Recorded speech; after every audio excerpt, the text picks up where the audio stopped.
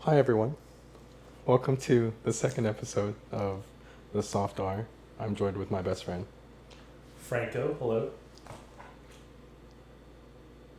What's up? This is where it gets cut, by the way. Yeah, like, glad to have you here. Honestly, should have probably talked about the topic a little bit more, or like a little bit more about what we want to do. But then again, we always have good conversations anyway, right? There's never a time where like I wouldn't be able to have a proper conversation with you, or like at least a deeper conversation than most of our friends, I could say. Most people that I know of, at least. A lot better. Yeah, and so because of that, I thought, you know what, having him as the second guest after whatever train wreck the first one was, would be a good idea, right? So glad to have you here. Welcome. How do you feel? Good. I'm glad to be number 2 on your podcast. Yeah, I didn't want to give you the number 1 spot. I think you'd be like, you'd wear that crown a little bit too like much. Yeah, I get my ego rubbed out a little bit too much. Choice of words. No, I'm excited. I think, like what you said, I think we always tend to have better and deeper conversations than some of our other scatterbrained friends that cannot focus on anything, really. So every time that people complain because I have a hard time proactively sharing my own experiences. Fair. But if you prompt me, if you ask, I will share. If you ask. It's an ongoing joke between old friends. But when they ask and I get started, 2 minutes in, they would change the topic. Yeah. And then I won't be able to share as much as I would like to. So I value the times that we get to just chill ourselves and actually have a conversation. I can just imagine them watching this now. Like when they do eventually watch this and be like, are they talking about us? Yeah, but we're talking about this group? Which group are they talking about? I'm like, I'm pretty sure you would know. There's definitely that, at least between us, there's definitely that one group that they know because we call them out on it. It's true. But yeah, more often than not, it's like we're never able to really get past 5 minutes worth of anything, really. So it would be nice to see how well this ends up going. But yeah, I've known you for like 2014. Yeah, second year, right? 2014. Yeah. 2014 onwards. Holy shit. 10 years. Decade. A decade. Nope. It's a regrettable decade. Lots of highs and a lot of lows. For each of us. What a journey. Actually, for each of us, the past decade has been rough. Yeah, man. And that's kind of what we want to talk about anyway, right? The journey of, I guess, even since before we met to where we are now, right? What sort of challenges that we've gone through and like what we've discovered about our own environment, but like ourselves as well in the process, right? So yeah, well, because we're both April babies and we're both turning 30, so the big 3-0 always leaves room for a lot of pondering of WTF have I done in the past and where the hell am I going in the future. yeah And I think that this year in particular has been like a lot of that, self-reflection as to like where we came from, how that affected us, right? And then how does that inform us of where we want to go. And honestly speaking, no one really knows, but kind of I think this year was more so like, wow, like the big 3-0s around the corner, what do I want to keep with me and what do I want to shed. Yeah. I think that's something that's like kind of freaky. Yeah, it's coming fast too, right? Oh yeah. Stop counting the days. I'm pretty sure it's around 150 or something like that. Half a year. But yeah, I mean, like me personally, and we've mentioned this, it's like the sense of accomplishment that we have is not justifiable to the age we feel, like from what we've done maybe, like I personally am like, I had such an expectation of where I would have been at 30, and then seeing where I am now, it's not like there are certain goals that I just did not hit at all, and I was just like, okay. But then there are other parts of my life that have like expanded so much further than it would have, or what I thought it would have, and I'm just like, like that kind of growth was unexpected, appreciated, and I don't think I would have done it any differently at this point, right? Amongst all the drama that is within my family and like within my own life and the instability of it all, I think even looking back at it, I didn't really change any part of it, right? Yeah. I mean, every time it's like a chess move, right? Like Right. you change one move, then the rest of your life, you don't know what trajectory that can go on. Exactly. Bad. I think, as you know, have a hard time feeling accomplished. I don't think, actually, a lot of, I think, just Asian kids in general, when they grow up, it just gets whacked a little bit in terms of like, you gotta stay humble, don't be too high, right? It's kind of like sometimes even at the highest point of success is where they're like, I'm gonna teach them a lesson, Right. of not feeling this feeling of success, Yeah. which is the wildest thing I feel like a parent can do. Oh but yeah. nonetheless, I think Just like always be humble. I'm like, why? yeah. And they're like, this is the perfect point because he's feeling so good about himself to Yeah. tell him, humble yourself. It's like, what? Wait, what? Can I not say I deserve this? Nope. Like No. what? I've earned this? No. No, that's the crazy thing. But I guess that's also the thing that keeps you striving. Like, it's True. the right amount of trauma there. Mm-hmm. I think that's one thing. Another thing I've realized growing up is, as I'm nearing like 30, you start to realize there's a lot of things in life that's just out of your control. Right? How you're raised, your environment, luck plays a huge role True. in everything that you do. And I think that's, as someone that needs to like constantly do something and feel like you have control over what you're doing, Right. then you start to realize like a lot of things are almost futile sometimes, right? It's unnecessary. Yeah. And then you start to realize, oh, other people, because they've had this opportunity or they had this upbringing, seems to go through life so much easier, right? And you try your best not to compare, Mm-hmm. but at the same time, obviously, it eats at you. Yep. And I can totally see why some people kind of almost even give up in the face of that. It's like, what's the point? Yeah. Right? Because there It's are like, some things that you just can't. so much more of a head start. It's like there's no way in hell that I ever make it past. Right. Yeah. Yeah. And I think the reason why we also compare was also kind of how we were raised, right? I was always compared growing up, right? It's like, oh, neighbor's kid's doing this. Oh, this kid went through like med school. And I'm like, bro, what the heck? What does that have to do with me? Med school. That's not my field, right? And like we're always shown like the product of competition, right? Which is ultimately like Survivor, right? The best person wins. The best person is always the one that shines the most, right? You always want to be first place, right? I remember particularly in school, it's like brought 99% home to my dad, and he was like, "So who got 100? Who got 100?" Where's the 1%? Oh yeah. It's, I got the where's the 1%? Okay, as that's the first comment. That's messed too. Honestly, That's the first comment. I'm like, where's the 1%? Who got 100? Yeah. I'm like, does it matter? Have you seen this before? Such a cool like through me? No. Should have said thank you. I'm like, at that point, I was like, instantly put a cap on like how much I could like output. I think mentally, I've always limited. Like, I have a feeling that if I pushed myself too hard, then I would have to keep going. And what I didn't realize was that you didn't always have to make big leaps and bounds.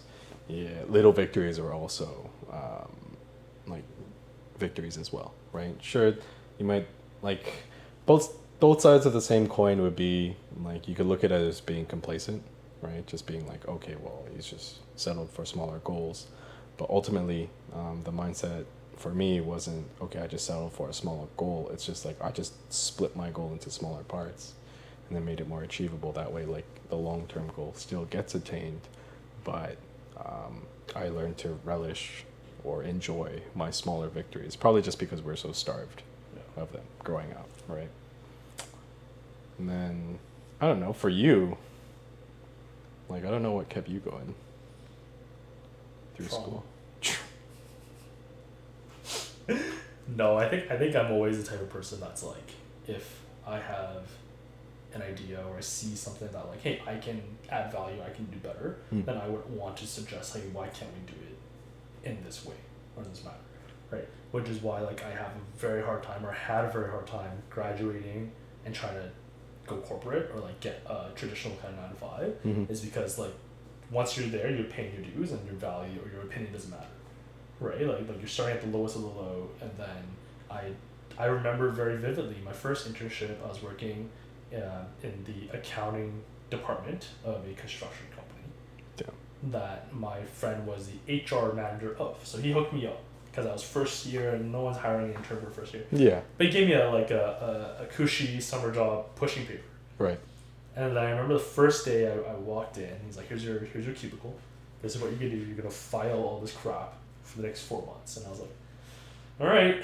And then I go around the corner and my friend has an office, right? So I go, he's HR manager. I'm like, bro, like, how'd you get an office, right? He's like, dude, it took me 5 years. Damn. Right? And I'm like, from like the cubicle to the office. He's like, yeah. I'm like, yeah, no.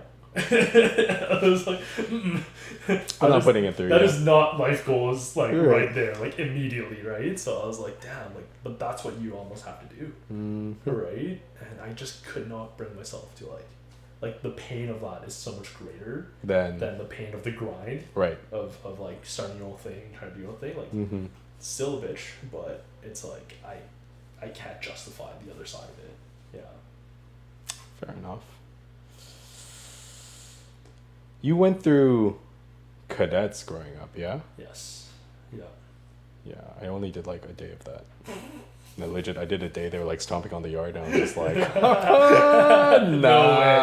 No way. Yeah, I did it. And then they called me like, what'd they call me? When they called back? NSYNC pack or something like this. NSYNC pack there? I'm like, dude, I didn't even sign up. What are you talking about? NSYNC? No. He's like, are you coming back? No. It's like, oh, but there's plenty of opportunities. What are you interested in? I'm like, I thought about flying. And they're like, oh, yeah, we have flying classes. I'm like, do I have to do the drills? And he's like, yeah. I'm like, nah. I'm not stomping my feet. But you, on the other hand, graduated from cadets. 7 years, 12 to 19. Proud cadet right here. Proud cadet. Yeah. That I didn't realize how much that shaped my life. Yeah. Until like actually like these last few years of now I compare myself to how other people do things, or like the shit that like I went through at a very young age that, like, honestly speaking, a kid should not go through, because there's a lot of like office politics and management and stuff like that you go through the program. Oh, okay. That is really messed up, honestly, sometimes, and I'll share more about that. But funny enough, like I just went on a 2-week trip to Cali, friend's wedding. Right. There were 7 of us, and we all went through the program together. Oh, right, so that's the group. That's how you know them. Okay. Right, so it's 7 of us, you all went to Cadets together, and we're like the most well-oiled machine of travel, just because like we're all raised the same way, with the same values, with the same way of doing things. Right. No one complains. Everyone is like, okay, we set a goal. Everyone almost like understands each other's strengths and weaknesses, and they all just contribute without complaining. Right? Adapts accordingly, right? Someone's gonna take the role here, right? I have a friend that's like really like a machine in Excel spreadsheet, the travel and stuff like that. I like to cook, so I'm like, all right, this is a recipe and the menu for today, and like this is what we're gonna buy, and everyone provides suggestions. Then the input is taken, considered, decisions are made, done, next. Right, that's like the most blissful travel experience. Nice. Yeah. That is actually going to be pretty convenient. That sounds really convenient. It sounds really good, yeah. Yeah, I definitely did not get that vibe. Yeah. Oh, well, mind you, when I went on my trip, like last year, it was just like, here's a food court. They have everything. Yeah. And it's pretty good quality. Korea? Yeah. Yeah. So that's where I would send them for food. Right. Because we'd always eat out, like, we're not cooking. Yeah. None of us cooked. Like, the closest we got to cooking was barbecue, and we didn't even do it ourselves. Somebody else did it for us, because Asia. Yeah.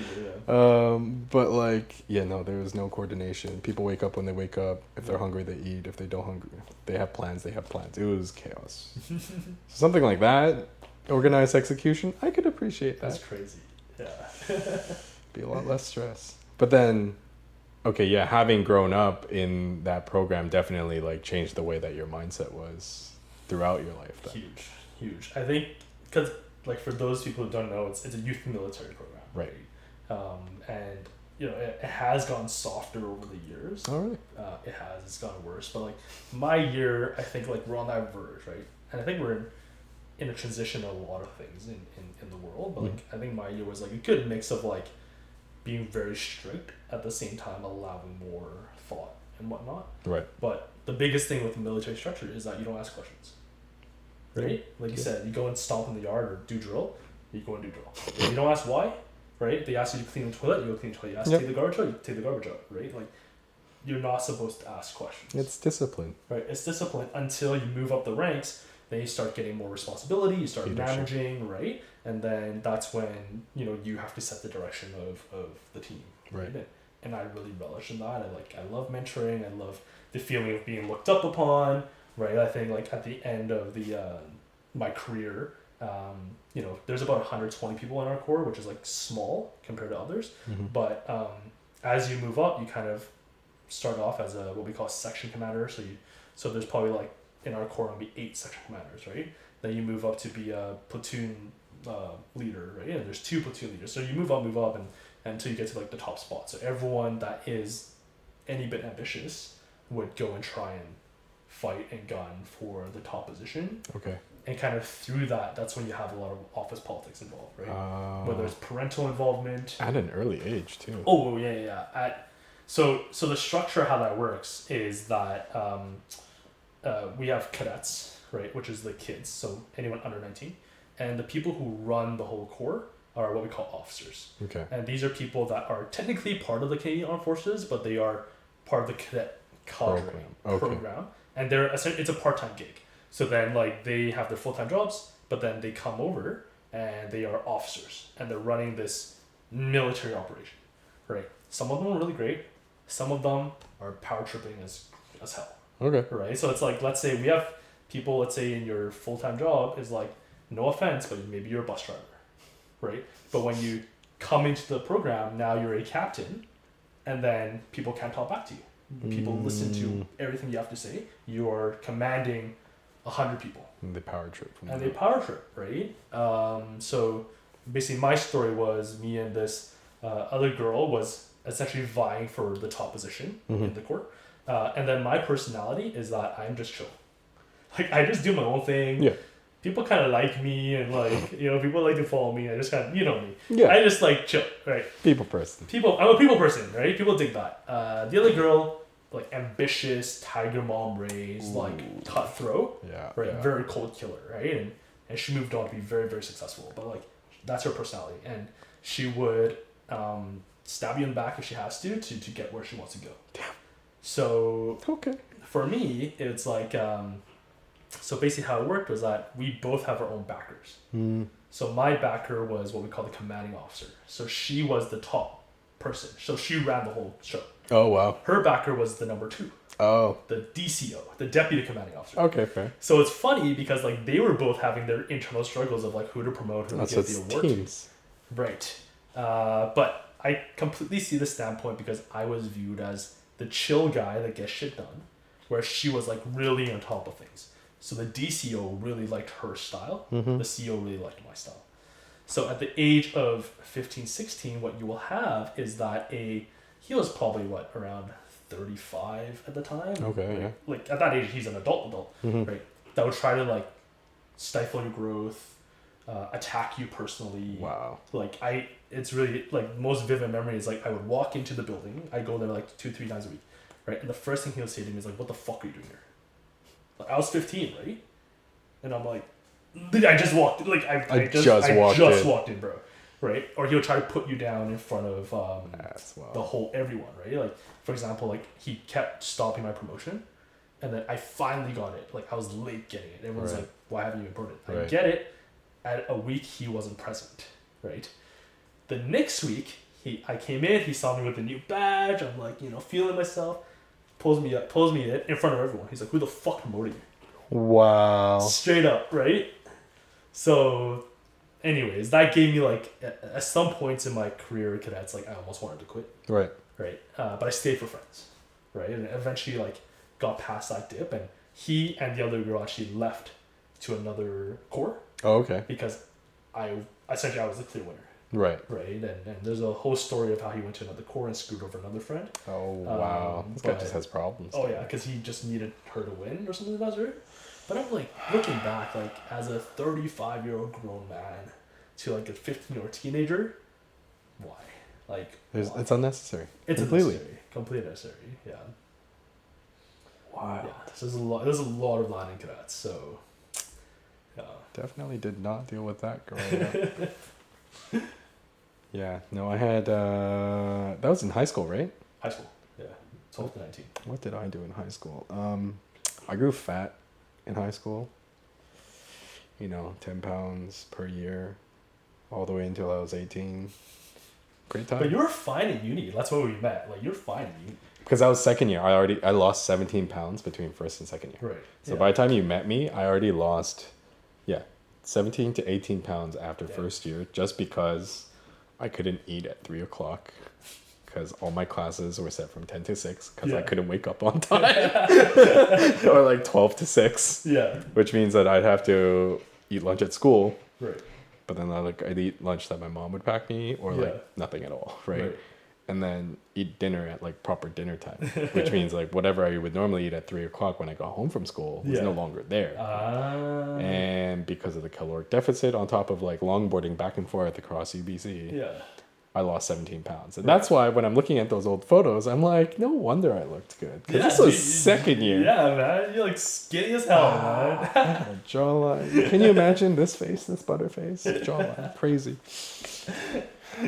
I have to like post a photo like right here. Yeah, right? Do it. I look like this. Yeah. But his hair was whack, though. My hair has gone through a lot. Yeah. This being the most recent one. Yeah. How do you feel? The best one yet. Really? Yeah, I feel like I look 1,000% Korean. the first thing I said to you, you now look like a loving Korean dad of 3. Like, you look like you actually take care of your family. It's called a trap. I mean, that's what being Korean is about, right?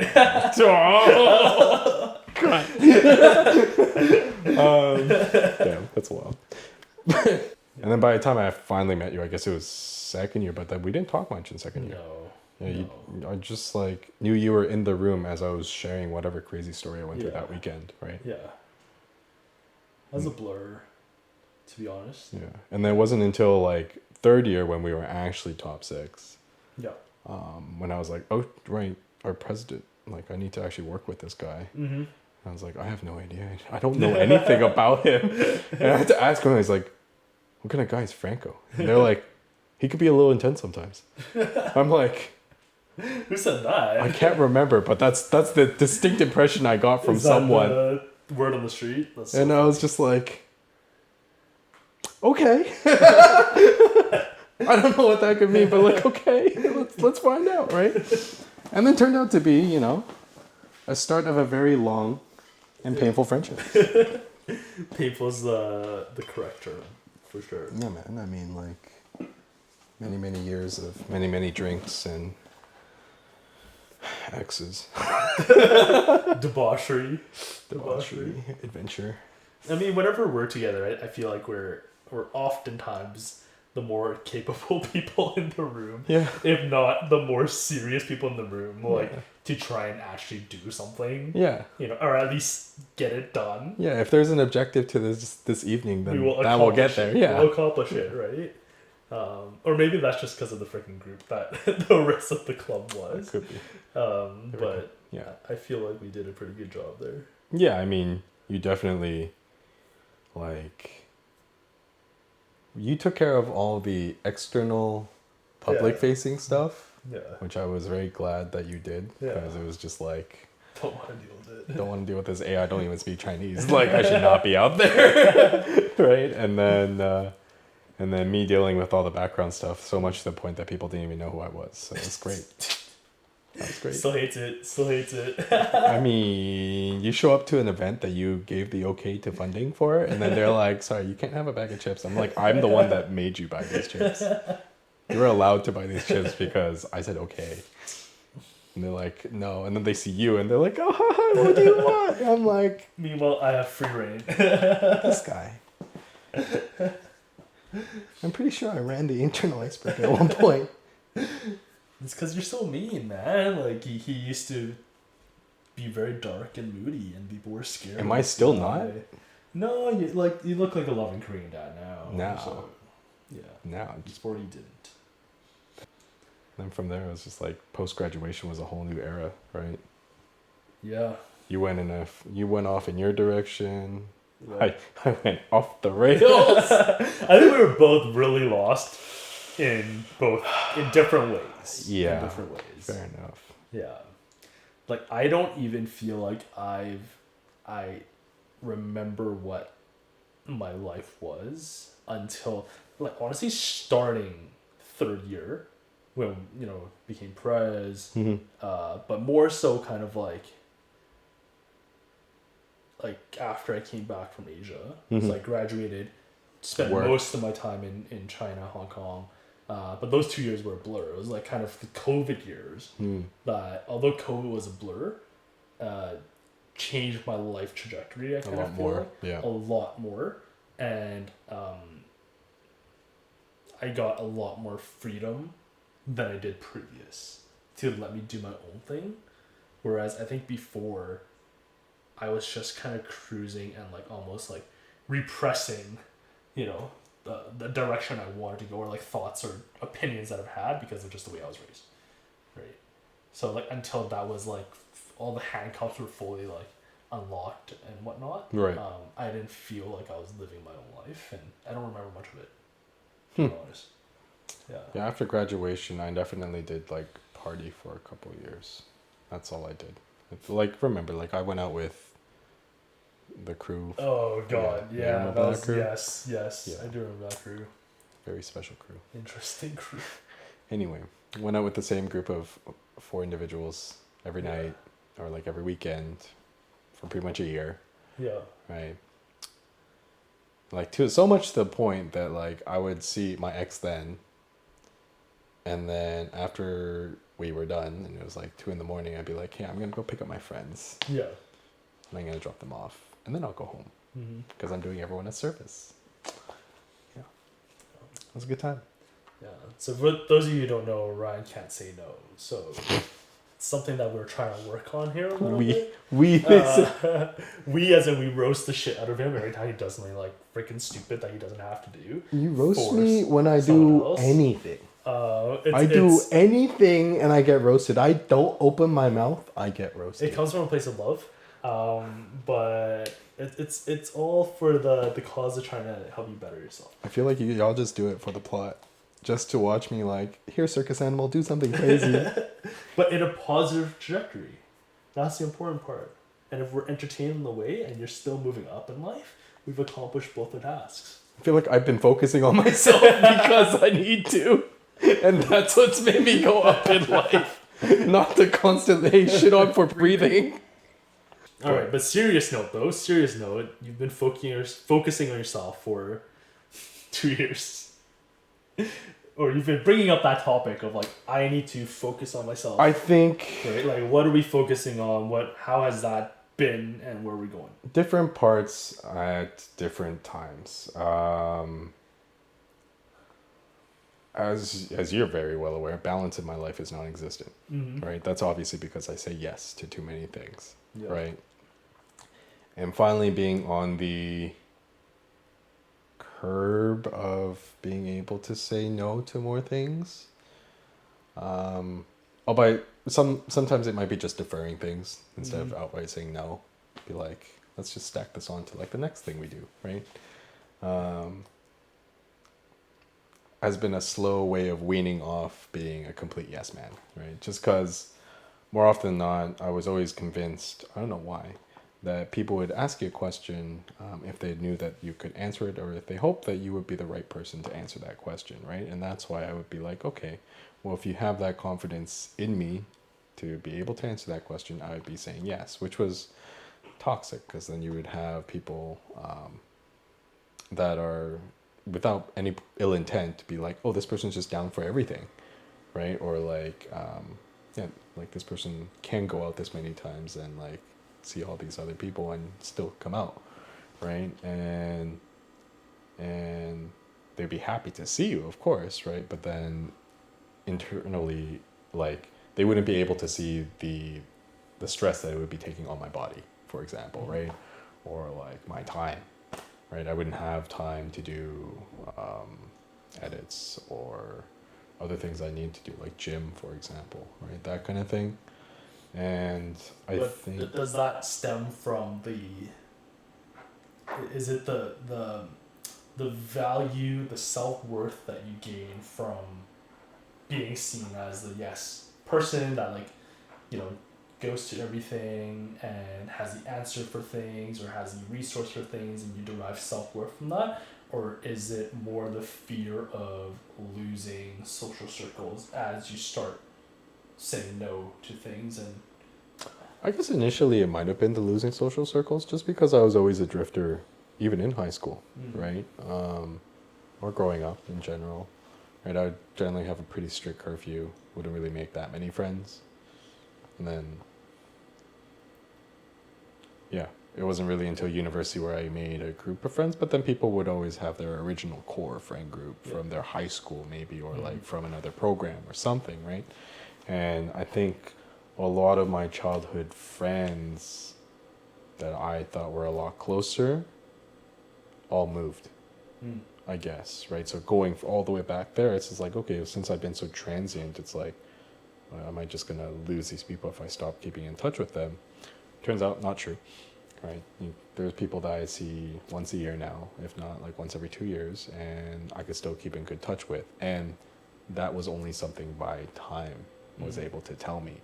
And so even though I kept saying like, oh, I'm working on myself for 2 years, it was that instability that I might have had within myself, not being able to be sure whether some of these friendships might be as lasting as I want them to be, or allowing myself to take that reprieve and believe in, you know, people will be there, right? Because they're there for you as a character, not as like your willingness to say yes to things. And if it is someone that is only there for your willingness to say yes to the things that they want you to come to, that's selfish of them, right? And I don't think that would be right for me to, I don't think it'd be good for me to like hang around those kind of people, right? Is what I've realized over 2 years. And saying no to things is just another way of putting myself more forward. And ultimately, there are still people that I cannot say no to. My parents, for example. that's fair. There are some things I will say no to, like getting an MBA, for example. No can do, pops. But for the most part, like, I'm starting to find ways to say no, right? And like having a couple weekends just to myself, even like more often now. Like I'll have at least 1 or 2 weekends a month, maybe one, at least one full weekend to myself. I don't plan anything. I just do myself, right? And having gone through a weekend like that for the first time in like a year and a bit, and trickling those in, have proven to me that I have grown, right? That I am able to say no to like plans and stuff and be like, no, let me just focus on myself and do what I want to do, because that list is also endless, this being part of it, right? But even over the span of the 2 years, it's like multiple different streams of my life that have been growing, that being one of them, the self-confidence part. And with that comes the self-identity of like, okay, what kind of person am I? And then I think I didn't really enjoy dating for the past year, let's say, for example, was just because of my hair was so fucking egregious. Like, it was gross. Like, I looked greasy. I looked like I have a white van with ice cream. That's what lets your personality shine through, you know? Yeah. That's a tough sell. It's a really tough sell, because like only my friends would hang out with me.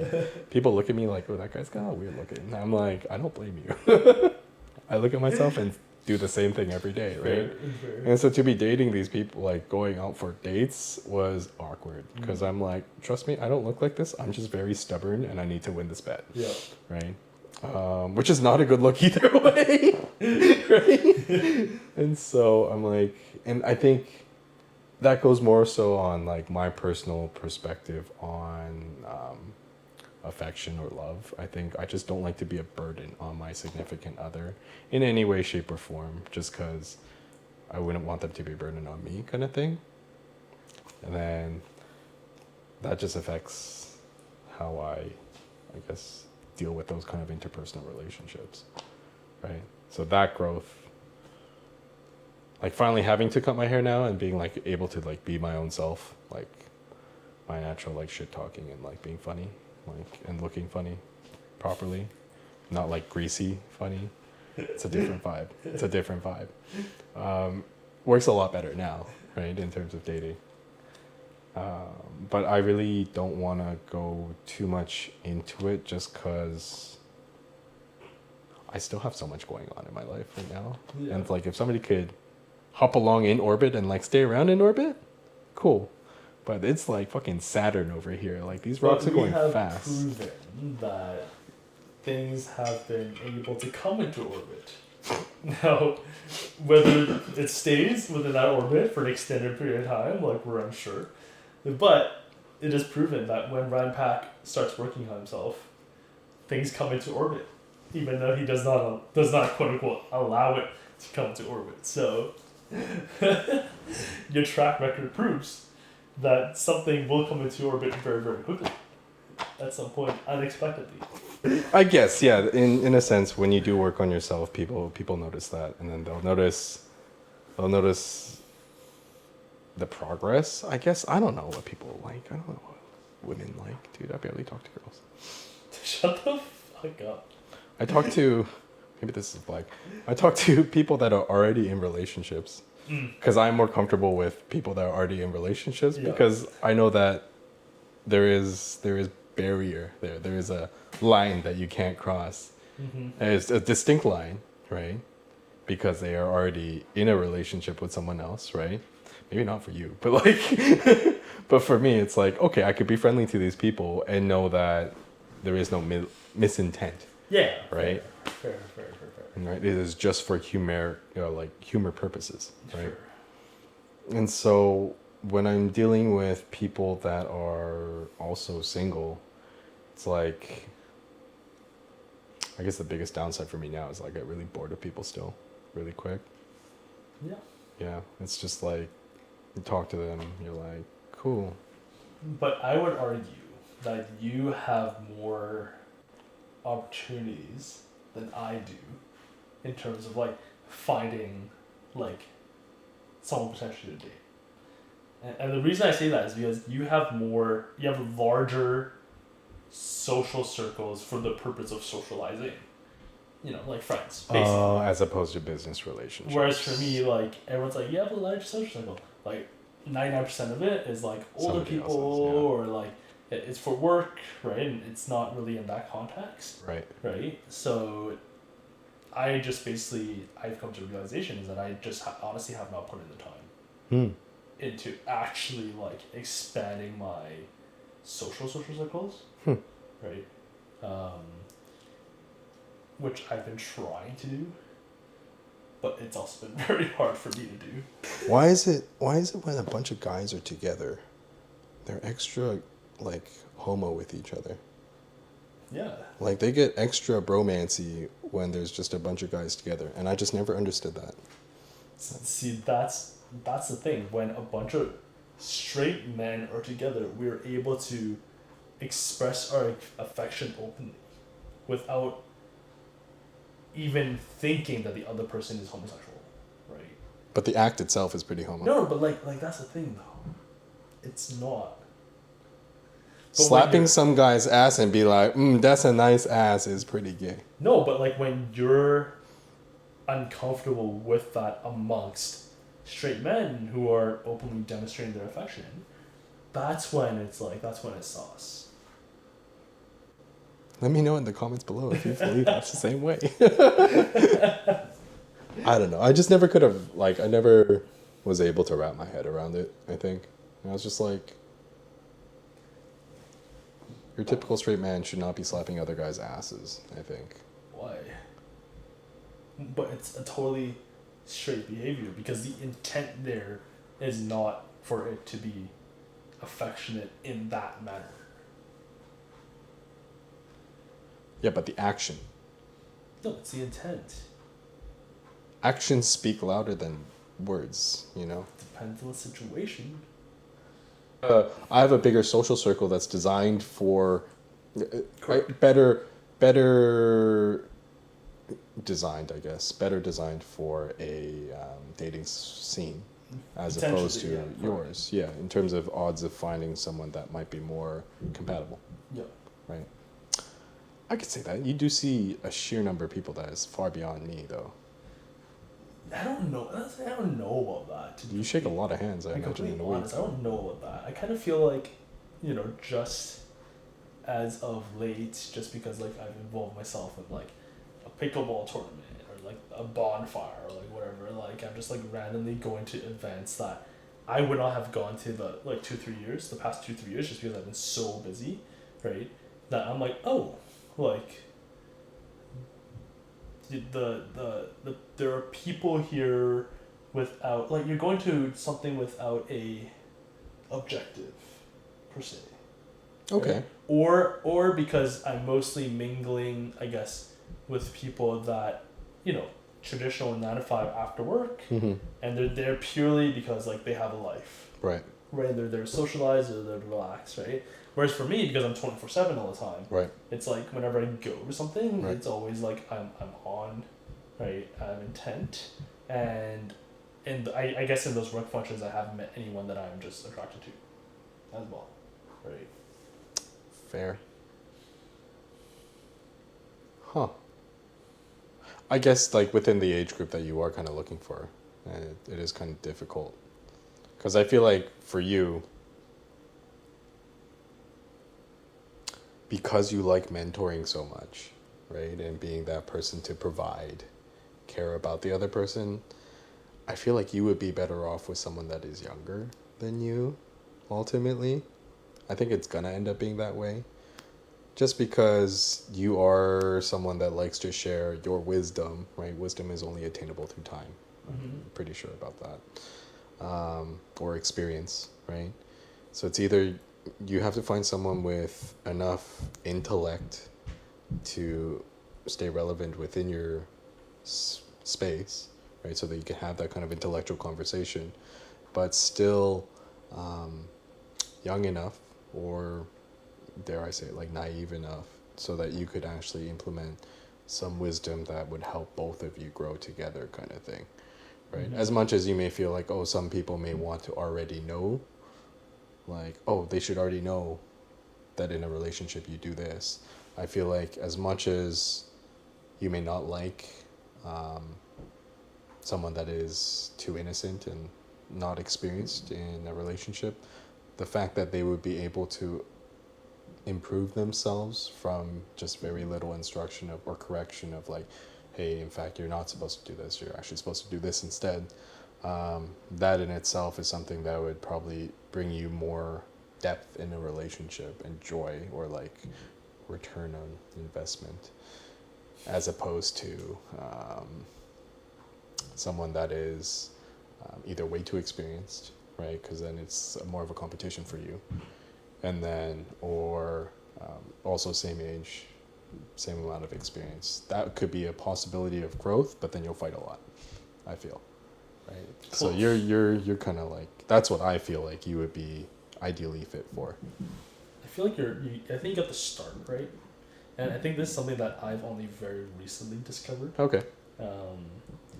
Because as you know, I've very recently kind of finally, I kind of feel like, because I have such a hard time getting into relationships or like finding someone that I am attracted to, whether it's physically or like just captivated, worth my time to go and pursue. Like, I don't know what the reasons are, but like I just have a very hard time like meeting those type of people. Right. But very recently I did meet one, and I think that person really kind of because they checked all the boxes. Mm-hmm. And the boxes I didn't know was there, Mm-hmm. that I finally was like, oh wow, this is what I was looking for, right? Mm-hmm. So I think I've been able to now really extrapolate from that. Didn't work out, but I was able to extrapolate from that and be like, oh, these are the traits that I didn't know I've been looking for this whole time. Okay. Right, and I think a part of what you just said, whether it's someone younger or more experienced, less so I get value from like telling them what to do or teaching them what to do. Okay, or, fair, or like yeah. that. I don't think it's that, but I think that I am someone that needs to be admired within the relationship. Mm. Right, I need a starry-eyed like, oh my god, right, and by feeling admired and that I can actually add value to their lives, Mm. I become purposeful Huh. within that relationship. Okay. So, and my friends and I had this discussion. It's like, if I find someone that has their shit totally together, Yeah.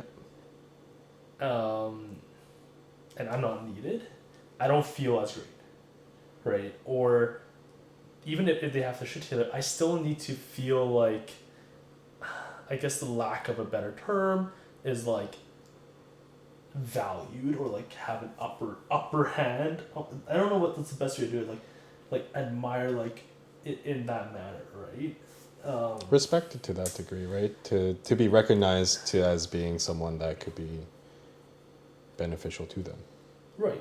Or Right. like, wow, he's doing something that is I Beyond couldn't- my scope, yeah. I couldn't do, and like have, I guess, the curiosity to ask questions or the desire to learn more, or just very simply verbally and explicitly express their admiration Okay. kind of for that. Yeah. Right. And I think that makes me feel really, really great. And in turn, I become a purposeful, and I will, work even harder to take care of you. Right. And that's a very core box that I've realized I need checked within the dynamics of a relationship. And I think dating someone younger just because of that would probably allow for that. Well, it's a higher chance of that being Higher chance of there, right? from there on. Yeah. The reason why I didn't say older, because that's more my domain. But that's more my track record. But There's a whole nother topic of it's just a lot harder to develop respect for someone if they don't meet your expectation because they were older. I feel, right? Whenever I do date someone older, there was a little level of an expectation that I would have of them just based off years of experience, which I realized was not fair to them, I guess. But it was also, just something that I've expected from them, like in parts of their life that I would think that they would already know about by the time that they got to that age, because it's like, hey, that's a gap. But apparently, now that I've learned, people grow differently, right? And it's not, you can't just blanket assume that people are going to be developed at a certain point, because there's still children at age 50 kind of thing, right? And then there's still there's full-grown adults at age 12, right? Yeah. Just because of what people go through growing up, right? And then I guess like understanding that now, it's caused dating to be a little bit more, for me to be a bit more patient, I guess. Not that I am, but I kind of have to be. And so I don't know, I haven't really put too much thought on it just because I haven't really been pursuing it at all. Right? If something falls on my lap, then I'll make sure they're happy. But past that, it's just like, am I ready for an actual bona fide relationship? At this point, the first thing that comes to my mind is like, what do I have to sacrifice? Right? Yeah. My life is so packed right now. Yeah. I have cut friendships before for months, right? While I was in a relationship, although I don't know if that was COVID related or maybe it was just because this person just didn't blend in well with a friend group, perhaps, right? But at the same time, like going back to understanding that certain friends will still be with you even if you don't see them that often. I just haven't given myself the opportunity to find someone to try that again. Because friends would I feel like I would probably cut friends still again, as opposed to cutting, the editing, cutting the gym and stuff like that. Sure, gym instead of going like 4 to 5 times a week, I'd probably go to like 3 to 4 maybe. I might cut down a day just so I could see that significant other. But there is so much to lose at this point that I feel. So much to gain. Is there really that much to gain? Is there really that much? It's a freaking headache. Girl comes up to you, be like, "What do you want to eat today?" I'm like, "What do you want to have?" I don't know. I'm not that hungry. It's like, oh, I don't know. What do you want to have? I'm clearly not the best person. Like, I think for me, definitely, like, relationship wise, has been like the hardest thing, for me. Really? Oh yeah. Hands down. I didn't feel like business is easy. Well, like, it's not as, like, I shouldn't say that. It's less complicated because it's more logical. Fair, it is. Once emotions get involved with anything, like, logic's out the window, you cannot predict anything. And just, what are you gonna do, right? Like, there's no control. Right? That's true. Yeah, it's just, like, I know what I would like to look for. And then I know to a certain degree of what I might need to sacrifice for it. Because, like, my friends would tell me, or even people outside of, like, even just acquaintances would tell me, it's like, hey, you live this life like this now. Like, you go out most weekends. Yeah. Right? And you go out until, 5 to 6 in the morning because you're there for the vibe for some godforsaken reason. Can you give that up? Yeah. Right? Are you able to, like, find someone to settle down with you? Right? Are you able to actually calm yourself down to that point? And I said, yeah, for the right person, I obviously would. Right? It's just like figuring out whether it's the right person or not. It's just like, have you ever met what you thought to be the right person but didn't work out?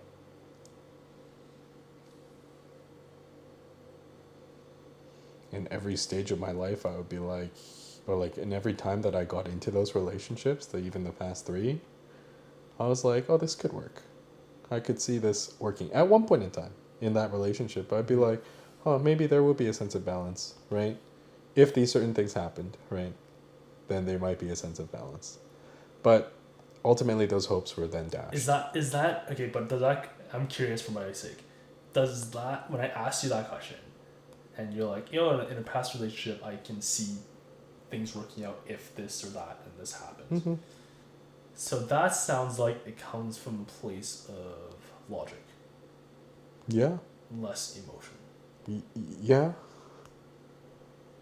So on that note, that right person that you've so many times have met was not a very like strong emotional feeling of like, oh my god, I need to be with this person regardless of logic, right? Obviously some boxes have to be checked, but you weren't like head over heels into that person. Rather, you're more like how our lives would fit together from a very logical sense, and therefore it will work out. All my exes would probably hate me for saying this, but yeah, that's correct.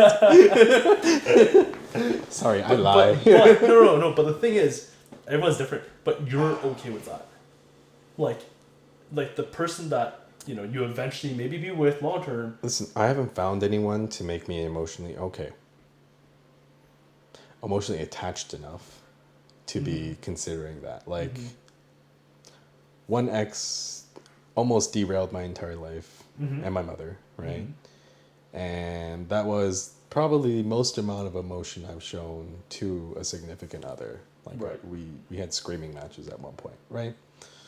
But I've mentioned this to you, higher highs, lower lows in that relationship than the preceding. Yeah. Right. And I would say because of that emotionally high and emotionally low point, I have grown to be more leaning towards logic than emotion. Mm-hmm. Maybe it is a defense mechanism. Maybe it's more so just because it just makes more sense. So I'm glad you said that, because that's honestly what I am struggling with, or what I think I'll continue to struggle with. Okay. Is because like I have experienced that strong emotional connection Yeah, once. we've seen. You've seen, not everyone knows, but you know. I've but, seen. but okay, yeah.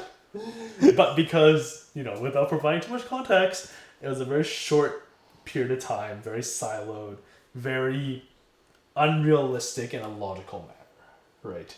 But felt very, very strongly from an emotional standpoint. Yep. Right. So, and that was like the first time ever. Like all my other previous exes was more logic than it was emotion as well. Mm-hmm. Right. So my whole thing, as we're nearing 30 and we're nearing the time frame where like you're thinking more settling down and stuff like that, is this idea of settling down, right? If you go and you be with someone that logically makes sense for the long term, Mm-hmm. are you satisfied with that, or do you feel a need to continually search for someone who can satisfy you emotionally? And of course, check the boxes from a logical standpoint. Like, is that such a unicorn that you're like, there's no way? Okay, like if that does exist, it's not like I'll say no to it. Yeah. Right? Yeah. But nobody has swayed me to that point to begin with, right? Yeah. So, I mean, I guess it's because I've preceded the question asking if you felt emotionally attached to them. Like, because for me, it's because I have experienced that. Right. It feels like anything lower now is... So there's like a watermark. Is a watermark now, right? And of course, again, very unrealistic, very rare, but sort of like, because you've had the unicorn, right, are you able to be like, wow, if this person is not giving me that same feeling, if not close, I am okay with that, right?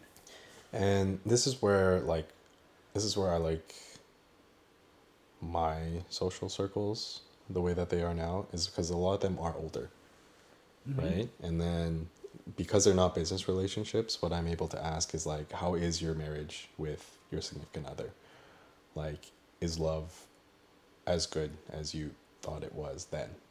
Or like I've seen a few people that have been through before marriage, and then through marriage, and seen them after, and then at the point of having kids, even, right, being full-on parents. And I find so much fascination in like that whole process, just because here we are still at the start here.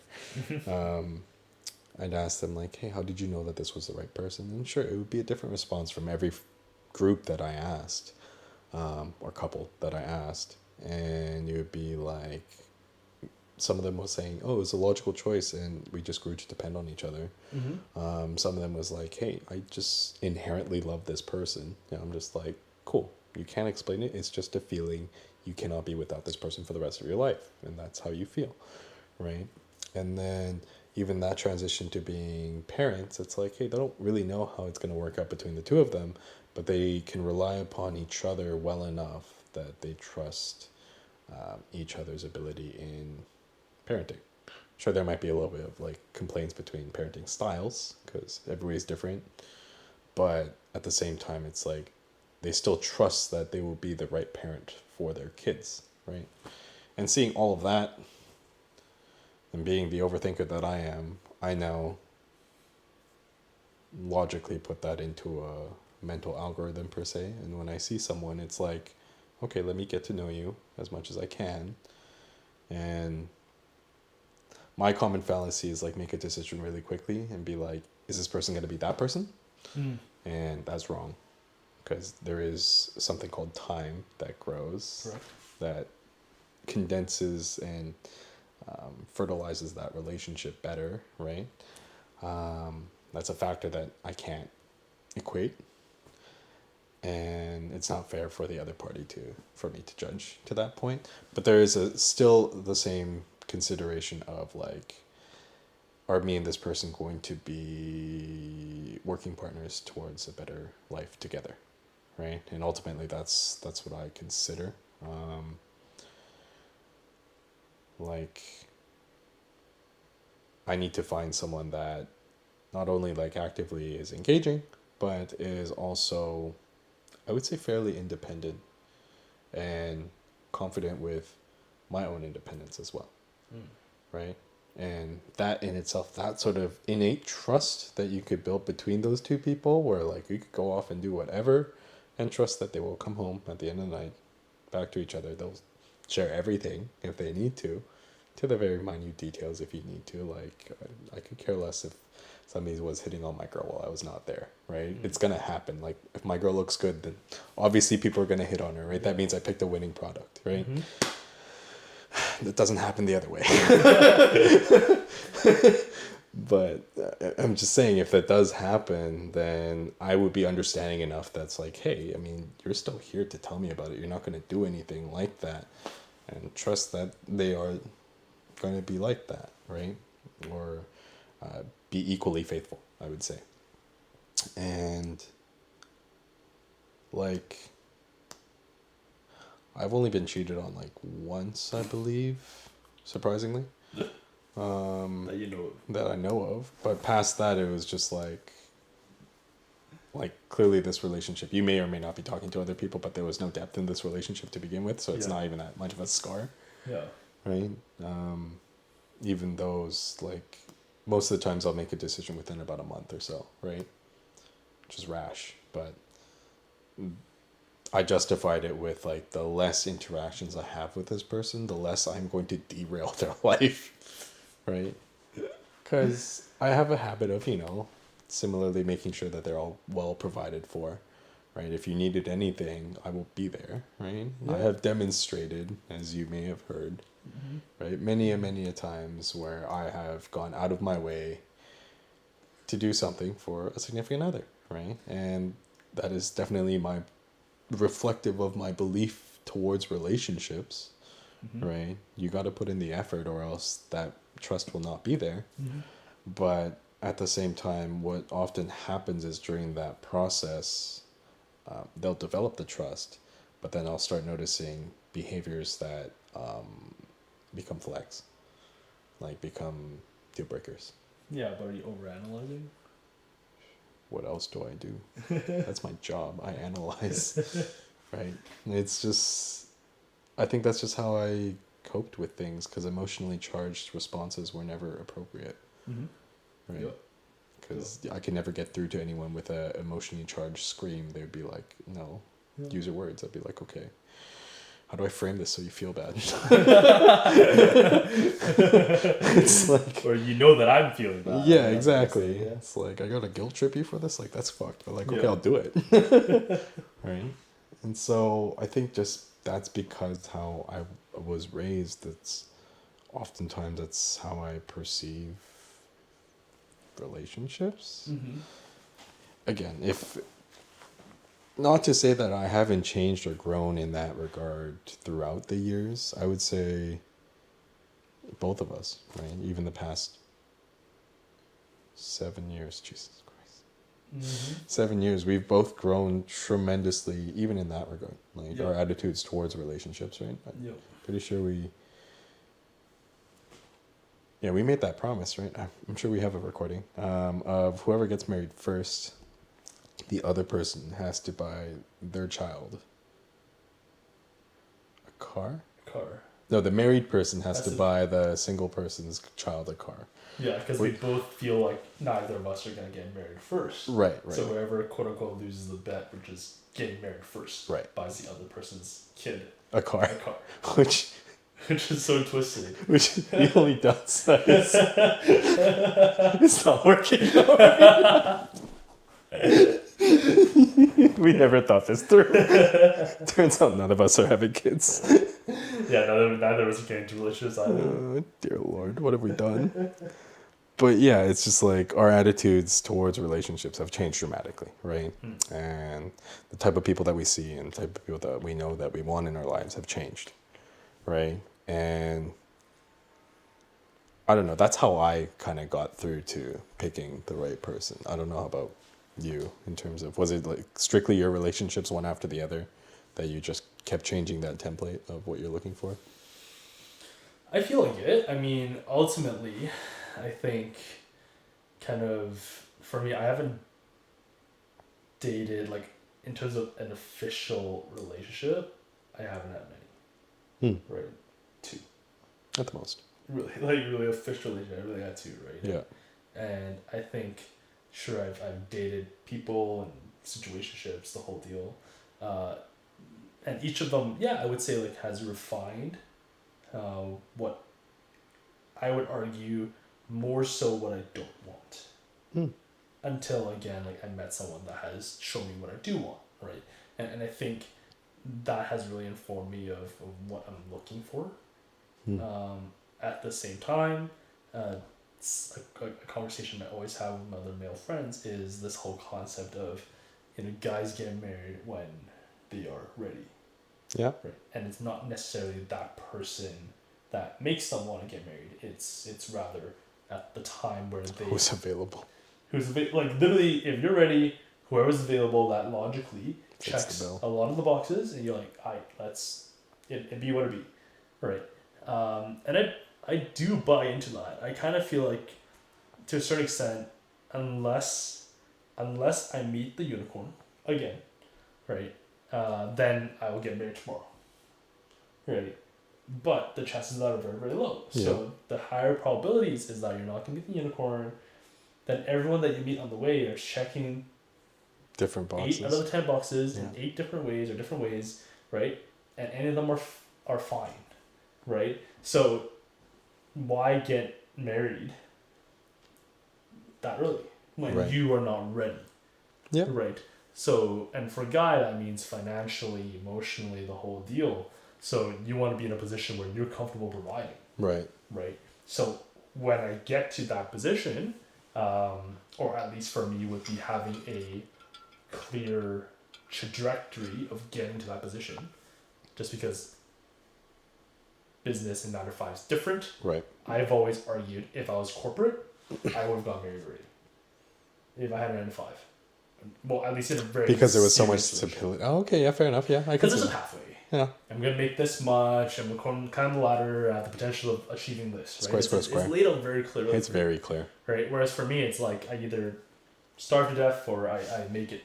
Die right? fat. Yeah. Yeah, die fat. Right? So that's where I think why I've struggled a little bit. But, all I really need, I feel like, is that confidence that I can make it to the level I'm comfortable with.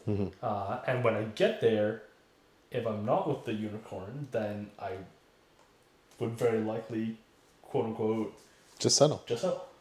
Really? Yeah. I feel like you would try for another 1.5 to 2 years before you actually just settle. Yeah, sure. But I mean, like, that the line is arbitrary, right? Yeah. But at some point, The line starts moving. Yeah, I guess. you kind of have to put your foot down and make that decision. Really. Right. I mean, you can live the bachelor life like forever. It's pretty good, I'm telling you. Massage bed and all. It's pretty good. I'm just saying. and I mean, hey, like, honestly speaking, like, I've met with friends who has been with their significant other since they were in university, or Right. like very shortly afterwards. Now we're 29, 30, so they've been together at least 5+ years. Right. I admire that. I honestly really wish I had that. Right. At the same time, now that I'm 29, I'm getting a little bit more stable. Things are opening up. Right. Right? And like everything that you couldn't have achieved before from a relationship standpoint is a lot easier. Right? And and that's the issue. When you have more options, you have even harder time trying to settle or pick. But I've talked to friends that are like, oh, what is it like dating at 29? Or like, oh, what is it like? What's dating like now? Dating like now, or like, like blah, blah, blah, right? And they have, because they started picking someone so early, they have that curiosity, if not to a certain extent regret, of why did I do that, right? at the same time, like, grass is always greener on this side. I look at him, I'm like, bro, I wish I found the one. Right. Right? And they look at me and it's like, bro, I wish I'm a bachelor. Right? And it's just like, I kind of feel like as a guy, it's like, well, don't rush. You know, you meet the unicorn, lock her in, put a ring on it, dude. You met the one. If you don't, why be in a committed long-term relationship with someone that you know that could be someone else? What I'm fearing is that even if I do meet the unicorn, I will let it slip. To the extent that you won't even start anything? To the extent that I wouldn't possibly recognize it in time. There's a possibility that because it sweeps, things catch you off guard. Life has a way of throwing you curveballs. Yep. Right? That's what life is about. And you just have to handle them as you do. And then you won't really see what they were like until hindsight's 2020. Yep. Right? When it's already kind of too late kind of thing, right? Or it's already over and done. And I think I would also have that experience maybe going forward. And that's where the question of timing becomes a question. Right? Okay. It's like, as a guy, we have our biological clock is a lot longer, right? But at the same time, I expressed to you my concern of like, okay, if I were to have a kid at 35, by the time he's 25, I'm 60, right? Like me at 60 dealing with my own version of myself at 25 would be stress. Yeah, but if man's 25, are you really dealing with him anymore? But that's all I have to relate to, right? In a semblance to itself, genetics may have a partial factor to the innate nature of your offspring, and more so it would be environment, but at the same time there is a partial genetic factor to it, right? There's core similarities of personality between you and your own dad. Likewise with me and my own dad. So you're saying that you're going to be like your dad and be neggy and involved AF in your kid's life? Well, no, that's my own fear that I could probably control, but my uncontrollable fear is the unknown of what my son could be, or my daughter or son could be, right? And if they are anything like me, I would be like, yikes. Which is a testament to my character now, by the way. But like, I've grown from then. But those were some interesting, rough years to be a dad. Like there's a reason why I spent the time to try and repair the relationships I have with my family, because I knew what kind of like demon child I was during that age. But on the topic of fearing that you're gonna let that person slip away. Do those anticipated fears of your kids and blah blah blah, how they'll turn out, does that impede you from pursuing a relationship with someone that you believe could be the one? It nibbles at the end of my mind, like a corner of it. It's like at one point it's like I look at a relationship first. It's like, okay, do I like this person, right? Do I enjoy hanging out with this person? What key one thing do I really, really like about this person? What is it, right? And I could remember it's pretty much the same thing in every relationship, but like that's shallow anyway. Yeah, and because if that's there, then I proceed towards the next step of depth in the relationship and like building a trust environment, I guess, right? With someone, and then trying to see whether would this work, right? Can I collaboratively, I mean, this is where you do activities together, right? And are they fun? Is beginning to completion, when there's problem solving in the middle, is it working out well, right? She's spazzing out at the waiter going like, who the fuck gave you this shit, right? Like, or are they like, hey, calmly being like, oh, you know what, mistakes happen. This is fine. And people will change over time too, right? Just because, everybody wants to be on their best behavior at the beginning, right? And they will also change over time. So I have to watch for that, right? Because who knows, maybe I myself may change over time, but I don't really think so. I'm just very blunt always. And so that's why dating to me now has been so incredibly frustrating, right? Just because I don't feel two sides of the same coin, but I don't feel like it's right for me to not show my true self to someone. But at the same time, it is kind of expected for you to be presentable or like be marketable to your significant other, like peacock rooster kind of thing, right? Flap out your feathers and be like, hey, look at me. I do all this. I offer you this, right?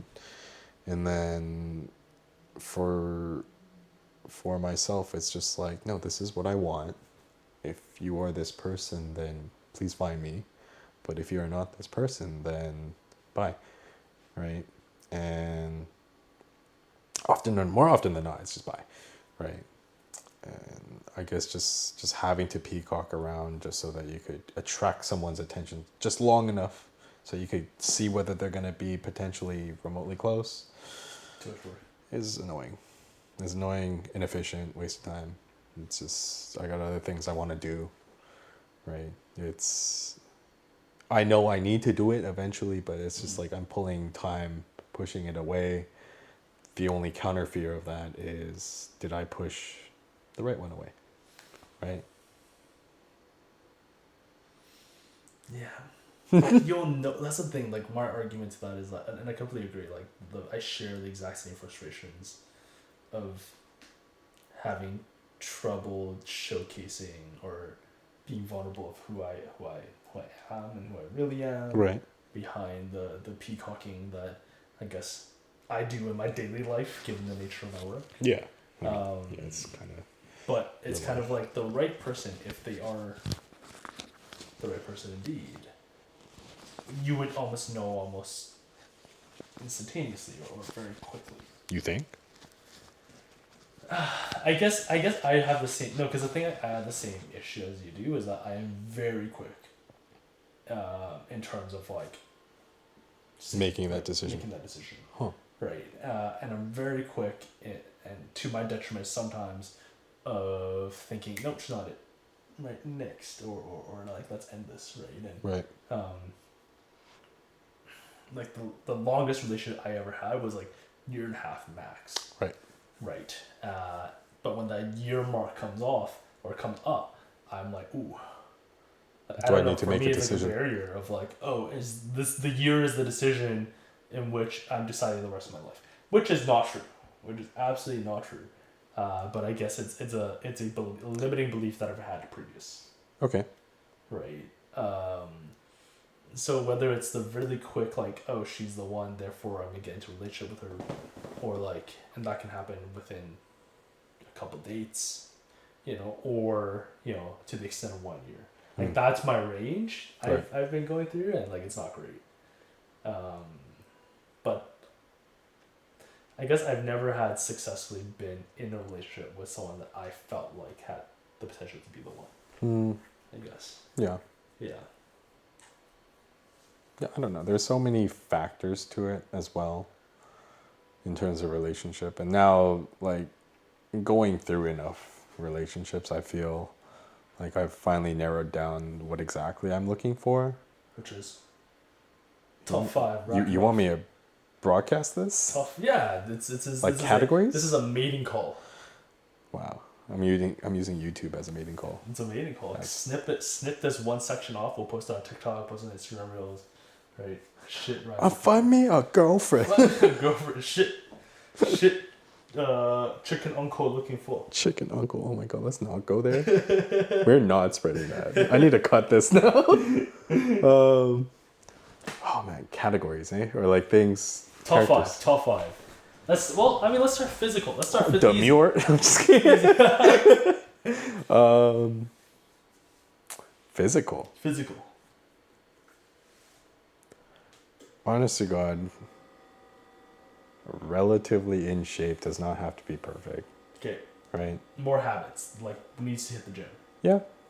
Like, have a consistent, healthy gym habit, maybe, right? But, like, understand that, like, eating just a bag of chips for dinner is not dinner. Okay. Right? Or understand that... Healthy habits. Healthy habits persevere, right? And as much as people will say that, oh yeah, I'll change when we have kids or whatever, I'm like, I kind of want to see it. It's No, easier to have it now. There's no changing. Yeah, Yeah. I don't really think that's gonna happen. Like, sure, you could snack and stuff like that. That's fine. But like, as long as you're going to work out and like making sure that you're not letting yourself off the handle like I have, right? Then that's a good habit. That shows some sort of level of discipline, I would say, right? They're able to handle themselves, I would say, in terms of things will get probably thrown your way. Some harsh comments will probably be made your way from people that you might not expect, but like at the same time, you're just able to deflect it and just realize that, okay, these people are just not the nicest of people. Because I have that, right? And apart from that, yeah, I think the trust part is probably the biggest thing, right? Being able to develop a trusting relationship with myself, I guess.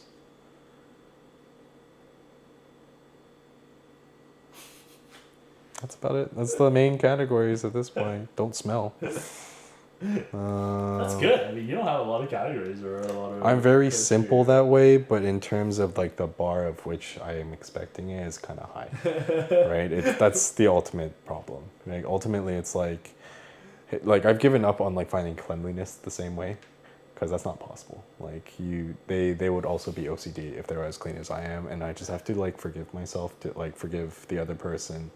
To be like, hey, you know what? You just don't know how to do things my way. Yeah. I'm not gonna shit you for it, as long as you're not like washing my shirt on the sidewalk. Then cool, right? But yeah, there are certain things through every relationship that I had to adjust the bar on and realize that this bar should be adjusted because it's just unnatural for me to expect things. But then there are certain things where it just, cannot be adjusted. And that's like that trust thing. You don't abuse it, right? Don't try and break it, right? And then, I guess humor. Humor would be another thing. Just understand that I have some pretty dark humor. Vibe with it. Someone can shit talk with you. I guess, right? Yeah. I guess so. Just understand that, like, there are different priorities in my life, and I will respect your priorities, independence, and that's it, I guess. What about you? What are your categories? You're putting me on the spot like this. You do your mating call. Well, I know my categories quite well. Clearly, you've thought about this as categories, whereas I've been, like, putting this off as a topic. And again, I don't know if it's a good thing. But first thing, a couple things I always say, right? Physically, like a nice smile. Nice smile. A nice smile gets me. I thought I liked the more, I don't know, I don't know, sorry, like a Chinese term is popping into my mind. Translator plus. I eat dog shit. I think I like the more cuter looking girls. You know, like the more demure, mindful. No, like just the more innocent, quaint. Yeah, I guess so. Cutesy. Less so than like I'm just trying to think like pure-hearted. Yes, less so than like fiery hot model, you know, and then like not to the extent of like, you know, ABG. Well, there's the ABG category, and then on the other end there's the, you know, like kawaii, like pigtail, you know, that kind of that if there's the two extremes, right. I'm like center right. Okay, not like completely like call you master kind of thing, like not completely obedient, subservient type of person, right? But not like overly like strong, bold personality either, right? So somewhere in between, but leaning towards that. I think that speaks towards again this adding value, being protective vibe that I have in order for me to feel valued is to protect, right? So maybe that because they're cutesier in a certain sense allows me to do that, right? So physically, I think it's more that. I think personality wise, Again, same thing. I feel like someone who is curious, right? Who admires what I do and is genuinely curious about what I do. Someone who can, who is social, and that's big for me. Mm-hmm. I don't think I can deal with someone that is too introverted, right? Fair. And I think social-wise is like just being able to. I really enjoy, I guess, if we were both at a event or at a party that we can each handle our own. Yeah. But shine brighter together. So both of you would like to be at the same event. Would like to be at the same event. You can watch her do her thing and socialize with friends. I'll do my thing, and we'll also come together, right? I think that's also really fun. So I think socializing a big piece. What else? Yeah, just being good at things that I'm not very great at. Being your other half, eh? Detail oriented. I'm not very detail oriented, right? If she can handle that from a planning perspective, or taking care of the small things perspective, right? And I can focus on the bigger picture, Taking care of the house taking kind of care thing. of the big things. Yeah. I think that would be what I'm kind of really looking for. Yeah. Balance. Yeah, the balance. Yeah, I don't want. Before I thought I'd be like, I want an entrepreneur as well. Probably not. You know. It's a lot of schedule conflicts. Yeah. I actually very much enjoy the fact that because again, I don't have a large social circle. If she does, right? And I'm pulled into that because I actually really enjoy my time within those environments. I just have a very hard time initiating Getting into there, yeah. those environments, right, and maintaining those environments. I feel like I derive a certain sense of value from because I have a large circle. That's a large circle, and I am admired within those circles, right? I like my significant other to also look at me and be like, "Wow, he's great." Right? Oh, the admiration thing, yeah. But I like it vice versa too. Right. Mutually admirant. I like it when she also has potentially a large circle, right? And I'm her guy. I'm her man's. And then she's my girl. Okay. Right? And we're mutually the meme that I have in my mind is the Will Smith Oh, this is my wife. except that context is really messed up. But that same idea is Not grow well with age. wow, look at her. Right? And then she can be like, wow, look at him. And then we're together. Interesting. You like the whole broadcasting of the relationship, which I like to do every now and then. I'm very PDA. Yeah, we know. Unfortunately, I would do all the matching outfits. I'll do all the PDAs. I'll do unapologetically we're together. That was an awkward time for the rest of us in the karaoke room. I'll tell you that. Hey man, you guys are just hating.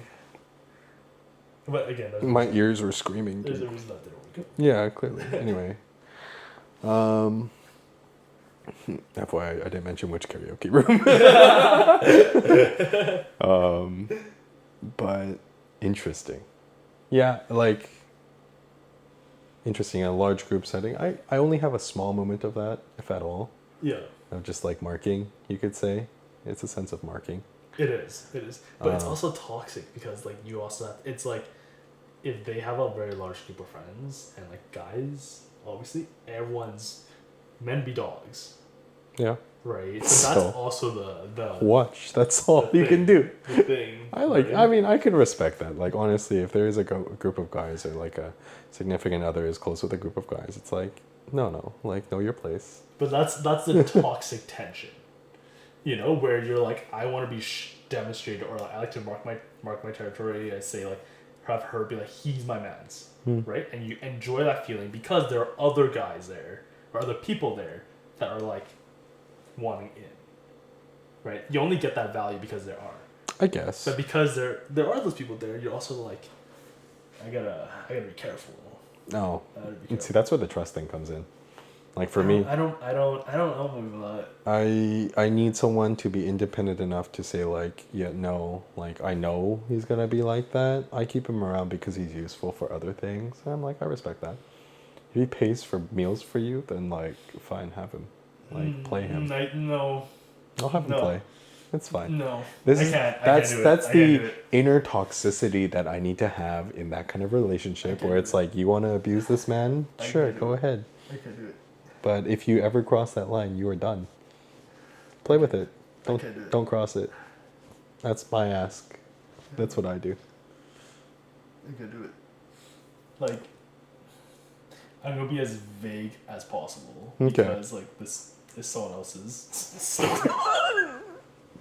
or scenario. Okay. But what you just said reminded me of that particular scenario. Okay. But basically, what happened was that I'm gonna be super vague.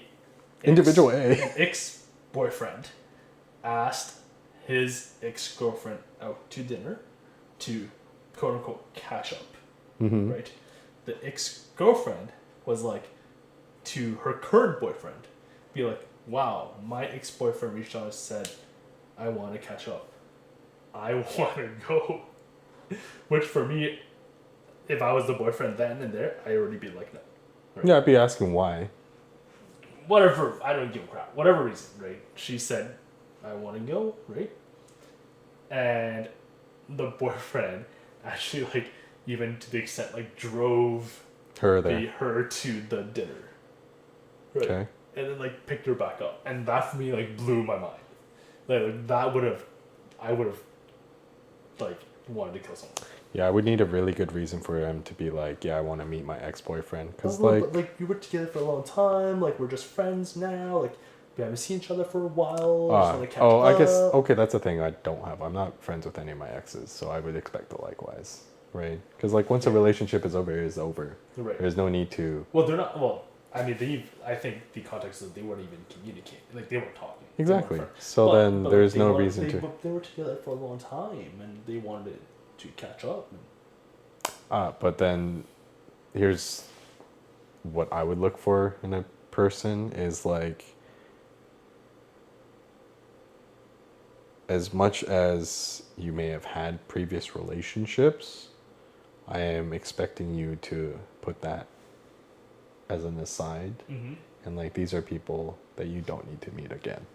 Mm-hmm. If you are not at that point where it's like, oh yeah, I could see this person again, like in 20 years kind of thing, and have dinner with them, dinner being like a hell no. Mm-hmm. Like a lunch, sure, go have lunch with this person, Yep. because that's my extent of okay. Compromise. Yeah, like you could have lunch with someone like in the daylight. Don't Yeah. have dinner where you're having drinks, Right. right? Because men are dogs. Exactly right. If the man wants to buy you drinks, and I know if you like drinking, then it's like it's not gonna be a good time. Sure, you might call me, but like he's gonna try and get you wasted anyway, Mhm. right? Because men are dogs. Yep. And so, lunchtime, cool. Dinner time, no. Yeah. If he says only dinner time, there lies his intent, Right. right? Find a time where you could do lunch. Yeah. Heck, I'll go with you if you want me to like compromise on a date day. And if that person is still really adamant, if my significant other is like, no, I really want to have dinner with this person, that's a Yeah. flag. That's a flag See, for me. that's exactly what I said. I'm like, you want to go? Yeah. I'll pull up a chair. Yeah. It's like, sure, that might be toxic for them. It's like, why do you need to show up at dinner with my friends? Can you not trust Right, me? right, It's right. like, hey, it's dinner and I'm not trusting you. I'm not trusting the other guys. It's not that I don't trust you. It's I'm not trusting the other The other guys. guy. Yeah. And don't worry, I like definitely know that you are an independent woman and you could differentiate your lines. Yeah. But if this guy is not in my bro circle, Yeah. then no, I don't trust him. Like, I will leave my girl with my group of friends Yeah. because I know they won't do shit. Right. Like, context, my ex gave someone else a lap dance and then they told me about it and I laughed because it was the person that they gave a lap dance to was not someone that would ever want to take advantage of that, right? And so I was like, oh, cool. I'm Yeah. sucks that I missed it, right? Yeah. Kind of thing. And that's the type of relationship that I would like to have. And unless if you could prove to me that this person is of that nature, right? Yeah. That I've been in their friend group and all of their friends are very wholesome, tied up couples and stuff Right. like that, right? Then no, I don't believe you. Yeah. Right? It's like this guy will have a second agenda, Yeah. right? And he did. And he did. And he did. No guy will just randomly DM a girl and be like, hey, let's Correct. have dinner and catch up, unless if he owes you a favor of some sort, Correct. right? It's like, hey, thanks for doing me that favor. Let me buy you dinner. Then it's business And transaction. I would argue no girl is that naive to think that way. Yeah, I think so. I think there's always a play of they know what they're doing. The back door is being left open. That's what I feel like. But that's more modern dating, right? I would imagine. Well, Because there are girls that would say no, right? Yeah. I know girls are like, yo, this guy keeps asking me for dinner, and they're like, fuck no, I'm in a relationship. Like, I met you before I was in a relationship. I know you want in. Yeah. No. Yep. Right? And then it's because they themselves are, in a relationship, and they're like, yeah, I know that this would jeopardize or add a lot more turbulence to my existing relationship. Why would I bother having that? Yeah. Yeah, and so interesting. That would be, but yeah, my limit is lunch. Lunch or coffee. Lunch is fine. Yeah, lunch is the compromise. Just tell me where you want to go. Just No, but I won't compromise. really at all. You wouldn't even let them go at all. I won't compromise unless I'm there. Wow. But even that actually that would be my compromise. My compromise is that I am there. You have to be there. I'll be there. Doesn't that feel like you're showing lack of confidence in your significant other? Even let's say if it was lunch. No, but that's what I'm saying. Or like coffee. That's what I'm saying, because I do not believe that anyone is that naive to feel like there's no malicious intent behind it, right? Unless they want there to be. I mean, my significant other would be knowledgeable enough to acknowledge that there is intent on their end, on the Then other what's person's the, end. Then what's the point? That we're messing with them. No. That's what I want. It's Okay, like that's a different story. That's a different story. But I'm just saying, if the whole reason why they were like, yeah, I want to see this guy because A, he's gonna be buying me a good meal, and B, I get to get some dirt on this fucker, then I'd be like, cool, go for it. No. Right? Not the girl I want to be with. I don't know, I need a little bit of spice in my life. It's different if you're pushing her to do it. I mean, if that's her intent, and she's being honest with me. And that is your guys' play. If All that's, power to y'all, right? It's kind of fun. But if she's the one that is taking the initiative, it's fun to mess with people. I guess in the converse, I would never do that to my significant other, to be fair, right? And I would have to acknowledge that, right? I'd have to let them know, be like, hey, by the way, I wouldn't do this. Yeah. But this is the only reason why. Yeah. And if they're like, oh, okay, then I don't want to do it anymore, great. Yeah. Or, oh, but would you still like to get the tea on this thing? It's like, I just want to do this. We'll be there for an hour. I'd be like, cool. Yeah, and they pick me up, and then I hear the drama. It's very different when you pick them up. It's a test. You pick them up, and they're like still thinking about whatever this guy said, and they're like not talking to you. Yeah. Then I'd be concerned. I'd be like, okay, really? Then go. Yeah.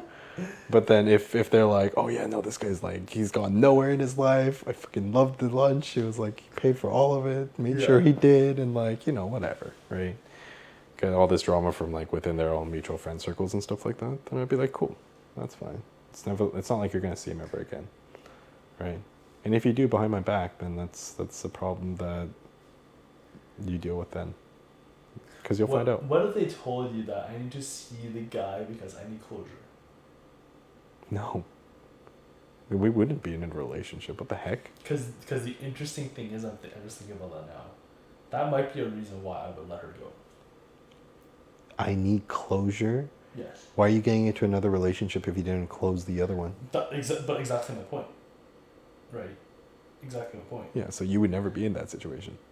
No, but like, you know how people are. They're not gonna like tell you it right in the beginning, because if they tell you in the beginning, obviously you won't be in a relationship with them, or like they were trying to find closure by rebounding or finding another relationship, right? Because the funny thing enough, I think that would be the only reason I let her go. Because you swooped in before she got enough closure, and now she needs closure. So it's because she needs closure, which means that like if you need to see him to be sure that you're done with him to be with me, then go for it. And I am completely of that mindset. You see him, you're like, I like him more. Then goodbye. I wish you well. Interesting. That would not be an acceptable reason for me. But what are you gonna do? What, you want to find closure? What are you gonna do? Are you just gonna be like, oh, you're No, with me because without closure? Let's break up. yeah, I'd be like, why are you jumping into this relationship without having closure? Because we probably already discussed that before. Are you over your ex relationship? I've talked about this with every one of mine. Yeah. And they're like, are you over them? And they're like, yeah. And nobody has ever gone back. Yeah, but I feel like everyone says that until like. Well, if they do, then don't Until, lie like- to me, because then now I can't trust you. No, right? because it's sort of like people move on in different ways and find closure in different ways, but like when someone else comes in trying to kick the door down. Then be People are honest with me and be like, you know, maybe not complete closure. I still have traces of like moments that I think about him. I'd be like, okay, figure that out. Glimpse of us. Figure that out, dude. I sing sad songs at karaoke. I don't think of my exes, dude. I just think of like, am I gonna hit this note or not? It's the only thing I think about when I sing those songs. Honest to God. Also true. Also true. Honest to God, it's like, holy God, this note's going higher. Oh, oh, oh, oh, oh. That's it, right? And like, that's for me being comfortable with myself in my relationships that I've been in. I kind of expect the same for somebody else. Yeah, but all I'm saying is that majority of people would not say that, given if their intent was to, malicious or not, to move on from another relationship. Like, even if it's like a minute feeling of maybe this ex still holds value in my heart, right? But, you know, I'm 99% sure Ryan's the one, you go with Ryan, and then a year later the ex comes knocking and she's like, oh, this actually really affects me. Right. It's human beings. So that's what I'm saying. It's like in the beginning it's not ill intent, but humans being humans, that's a lot of times I feel like what would come I down guess, to. yeah. In a hypothetical situation, I would still probably stand by my answer of like lunch only, and like these are my restrictions for if you're gonna be doing that kind of thing. Right. But in the heat of the moment of, if let's say I were to find the unicorn, and the Right. unicorn was to ask me like, yo, I haven't found closure with my boyfriend from like 10 years ago, Oh. I'd be like, how did we get this? See, the thing, the unicorn's a different story because Right. like the unicorn, I'd be so choked up. I'd be so choked up. Yeah, exactly, because you wouldn't So expect choked it. up. And that would be the most likely person to Yeah. ever have it Yeah. happen to you, right? Fair. And so if I'm thinking in that context, right, of like if it was to be the person that I thought I'd be with the rest of my life, that I've set in my mind just because they checked off all the boxes, Yeah. and then they had this one critical flaw of like not having closure. Yeah, but then the question is, can you, if you don't let her go to quote unquote find that closure, can you still be in a relationship with her? Right? If she was the one, it really like this is where context comes into play, just because of how long have we been together at this point. Because after a certain point, if it's like 5 years that we're, or like 3 years that we were together and you haven't seen your ex and you haven't gotten closure, that's a flag. That's dead flag. I just lost 3 years at that point. So everything she does in those 3 years is completely dismissed. I'm like, you need to explain yourself very, very well right Yeah, now. yeah. Like, how are you with me for 3 years and not having closure with somebody else? Mm-hmm. That would be my only ask. Lunch only. Absolutely lunch only. If it made sense. If for some reason it made sense, like he got lost in Iraq or something like that. He was doing God's work and came back and he was like a mercenary or like God knows. K-drama. Some K-drama moment, right? Like lost on an island, Wilson found a football or like whatever. Swam Right? back just for Right. you. Then I'd be like, okay, man's a legend for living.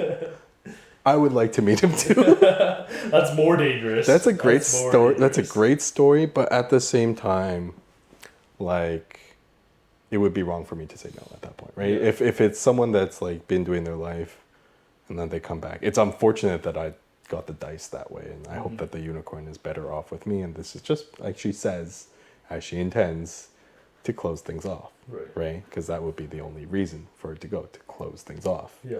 If the door remains open, then yeah, lost 3 years, right? But if this was, if we were already married, stakes are now doubled down. Oh yeah, married's a whole different issue, man. And it'd be like, no. Yeah, no, too much to lose. Yeah, Way it's too much to like, lose. Yeah. this is we've done vows. Yeah. We don't entertain that here. Yeah. But because you're not locked, like if it was before that point, because we're not locked down, like I can understand probably closure is in that sense, only in that sense, understandable as a unicorn, right? Yeah. And then if it was any shorter than like 6 months of a relationship, I'd be like, no, you're gone. No, you're Yeah. gone. Because it's like Not worth it. you're clearly not over him. Yeah. I will tell her if it was a unicorn and I recognized it by 6 months somehow, Yeah. I'd be like, I'll wait, right? Yeah. This is me believing that you will come back. Yeah. But at the same time, Oh, that hurts. I felt that. if you don't, I understand.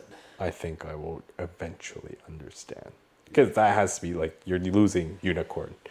Yeah. And I swear you probably only get like 1 or 2 of those in your life. Yeah. Yep. Right? Yep. And so, seeing as I haven't found one of them yet, I could swing and a miss one. That second one comes around, I'm freaking home running that shit so fast. So I'm waiting for my second. Are you really waiting for your second, honestly? Well, Do until you feel like? until I don't, until I reach the age where I don't know. But man. you think you found your first unicorn already, is what you're saying. I think so. Wow. Within that very siloed context. You know you're going to get a lot of questions at our next meetup. No, no one's gonna freaking actually like Watch these? watch this. Obviously, Thanks, you can man. cut out this exact. Yeah. But I don't care. Yeah. They can ask all the questions. It's like I said. Like they just. It's not that I don't mind sharing. It's that they freaking scroll brain. Like That's true. They never get through it conversation, anyway. Which makes me feel like not sharing. That's true. You could get no depth with them. Yeah. But interesting. You felt like you've met. Dude, I'm not exaggerating. It was so wild, man. Just that one moment alone. Just. Dude, being completely vulnerable here, man. I had a full-blown dream about the unicorn yesterday. Like, still in the recesses of my mind. It's so messed up. Someone help this man. It's so messed up. It's so messed up. Yep. Well, that's some long-lasting scars. It cuts deep. You know me. I'm emotional. I invest in people. Yeah, I guess we are very different in that We regard. are very different. Yeah. This is how we work well together, but past that, It's like I don't. I guess what I can say is that like. it's like I learned from you at this point. But like when I say there's a lot of things, there's very few things I care about, and for the most part, like my business partner has issues with me expressing myself this way. But a lot of times I always say I don't care. I don't care. Because honestly, you just don't care. Because when I say I care, I really care. Mean it, yeah. Right? And 99% I think I don't care, right? But Fry Unicorn, like, Wow, man. I was gone. I never felt that way in my life. Fair enough. Yeah. You are the person that was very hesitant to say the L word.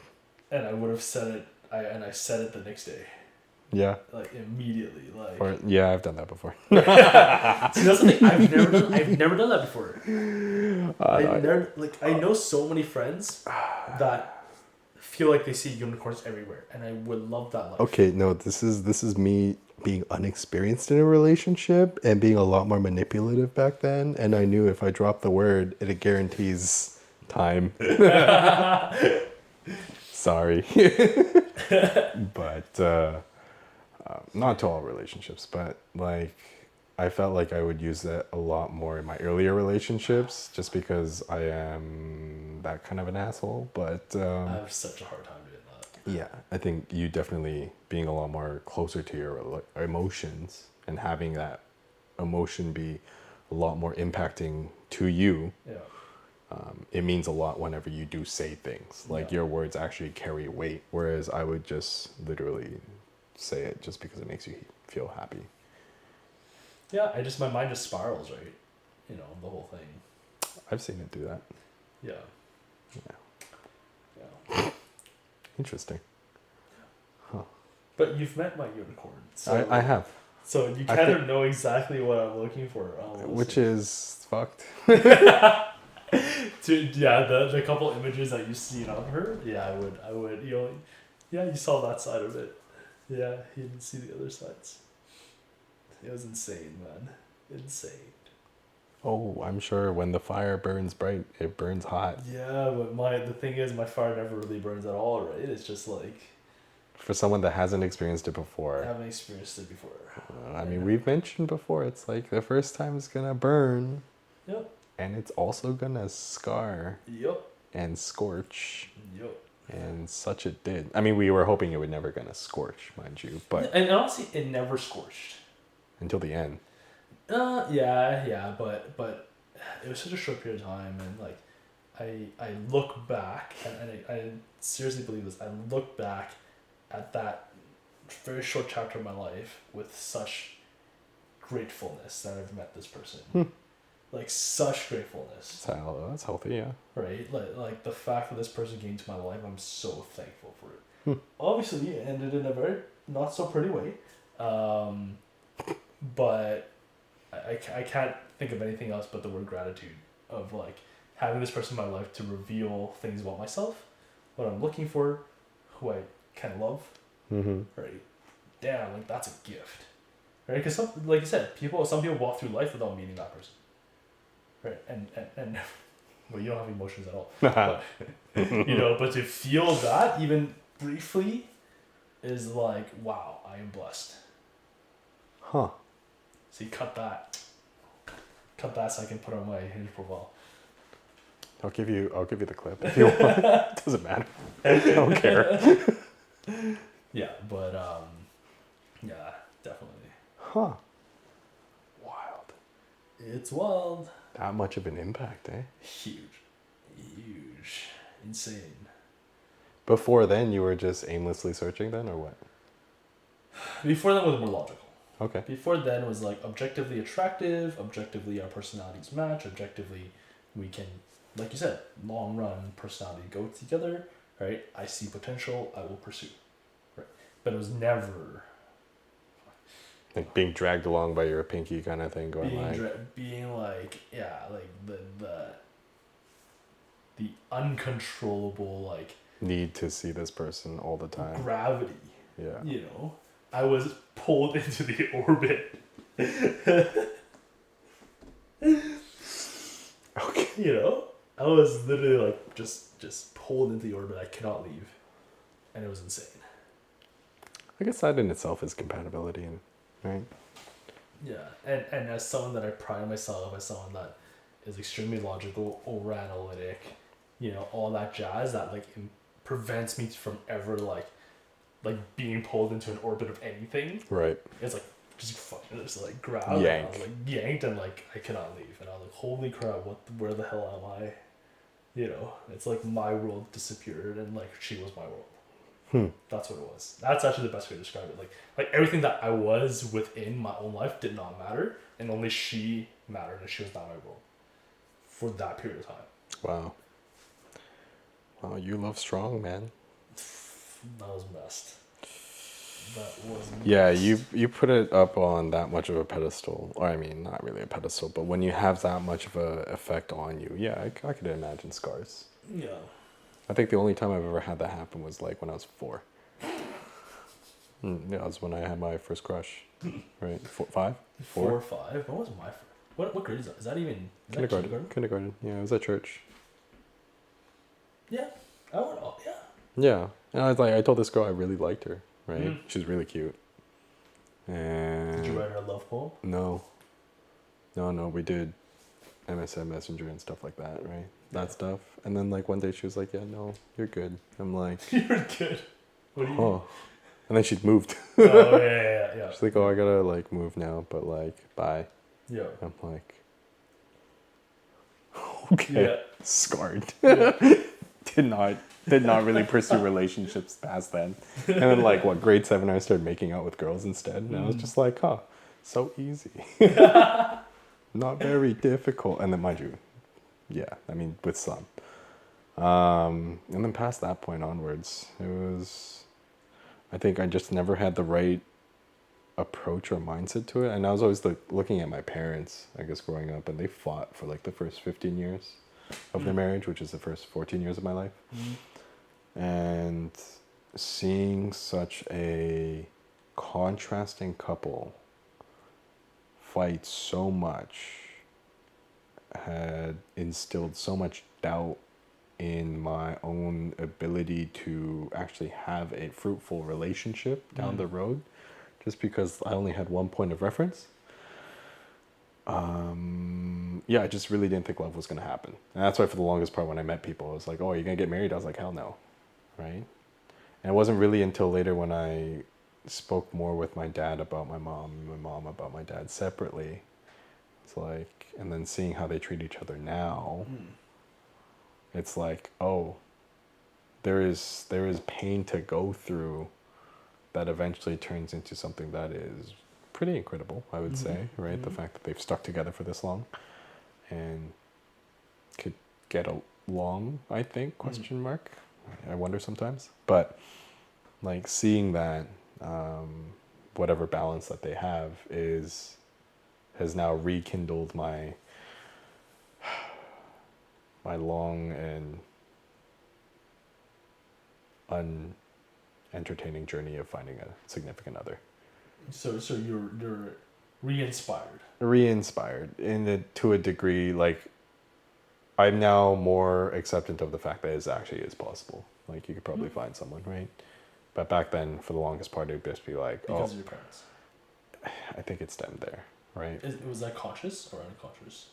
More unconscious, I would say, than not. I Yeah, mean, unconscious was also like because they had such high expectations for not only myself, I would imagine my significant other as well. Whenever I did meet someone, I'd be like, no way I'm going to have you go through basically a terrorist interrogation with my dad. Yeah. Followed by a very political investigation by my mom. Because that's how they do it. Yep. Two-pronged. And then you're not going to be mentally okay after this. Because you're not mentally ready. And in the complete opposite fashion, my parents won't even talk to my significant other. Yeah. Not because they can't. They can't have a conversation. I don't know if that's probably a good thing, to be honest. It's really weird. Is it? Then you could just be closer to your in-laws. Yeah, that's honestly part of it. And I feel bad about that. Dad does it. Dad, you do it. But that's probably what it is. I would probably be closer to my in-laws than I would to my own parents. My dad, kind of really messed up. My dad is a lot closer to my mom and dad's grandparents than his own. Because, like, grandma drives him up a wall. Grandpa passed in 2011, right? And so he's just like, maintain. But this grandma and grandpa, it's like, because they affect mom a little bit more, and I think that's part of a factor, he tries to contribute a lot more on that side, right? And I'm just like, that's fine. I think that's okay. I would like to hopefully be as close to my in-laws as I am to my own parents now. I pray to God my dad does not call my in-laws as much as they call me, or nor does he call my significant other as much as he calls me, because there's very few people that could handle 45-minute phone calls. Every day. Yeah. I literally said yes to him today just so that he could hang up. He loves you. It's messed. But besides that, it's just like, I think seeing my parents and rekindle their relationship after I left, moved out, then that kind of like re-inspired me to like, okay, so relationships can actually happen and be fruitful, right, in the end. And then it's just more so I just haven't found the time, and I think I'm still using the excuse of people really don't deserve to be subject to all the craziness that's in my life right now. In this very neat and organized and dust-free room. Yeah, but the chaos side is my schedule. You've seen my calendar. In which a lot of it is to your own doing. Yeah. But like I'll plan. I really consider like maybe after my birthday next year. That's when I can actually properly rotate towards maybe getting a relationship. Everything he's saying is just complete trash. Just give his history. Maybe. I'm thinking then it would probably be a good time, right?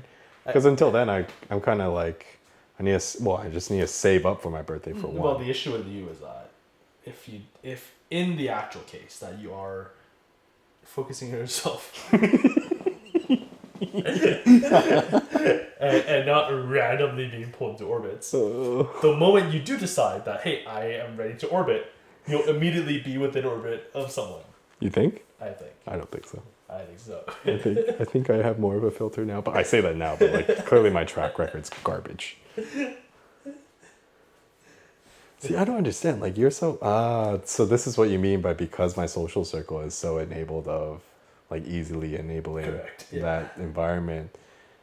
It's easier for me to get into a relationship as opposed to you whose schedule is so like your work schedule even like I don't people like I honestly feel like people are just completely because of my image that I project out just feel like I have a very large and diverse social circle, which I really don't.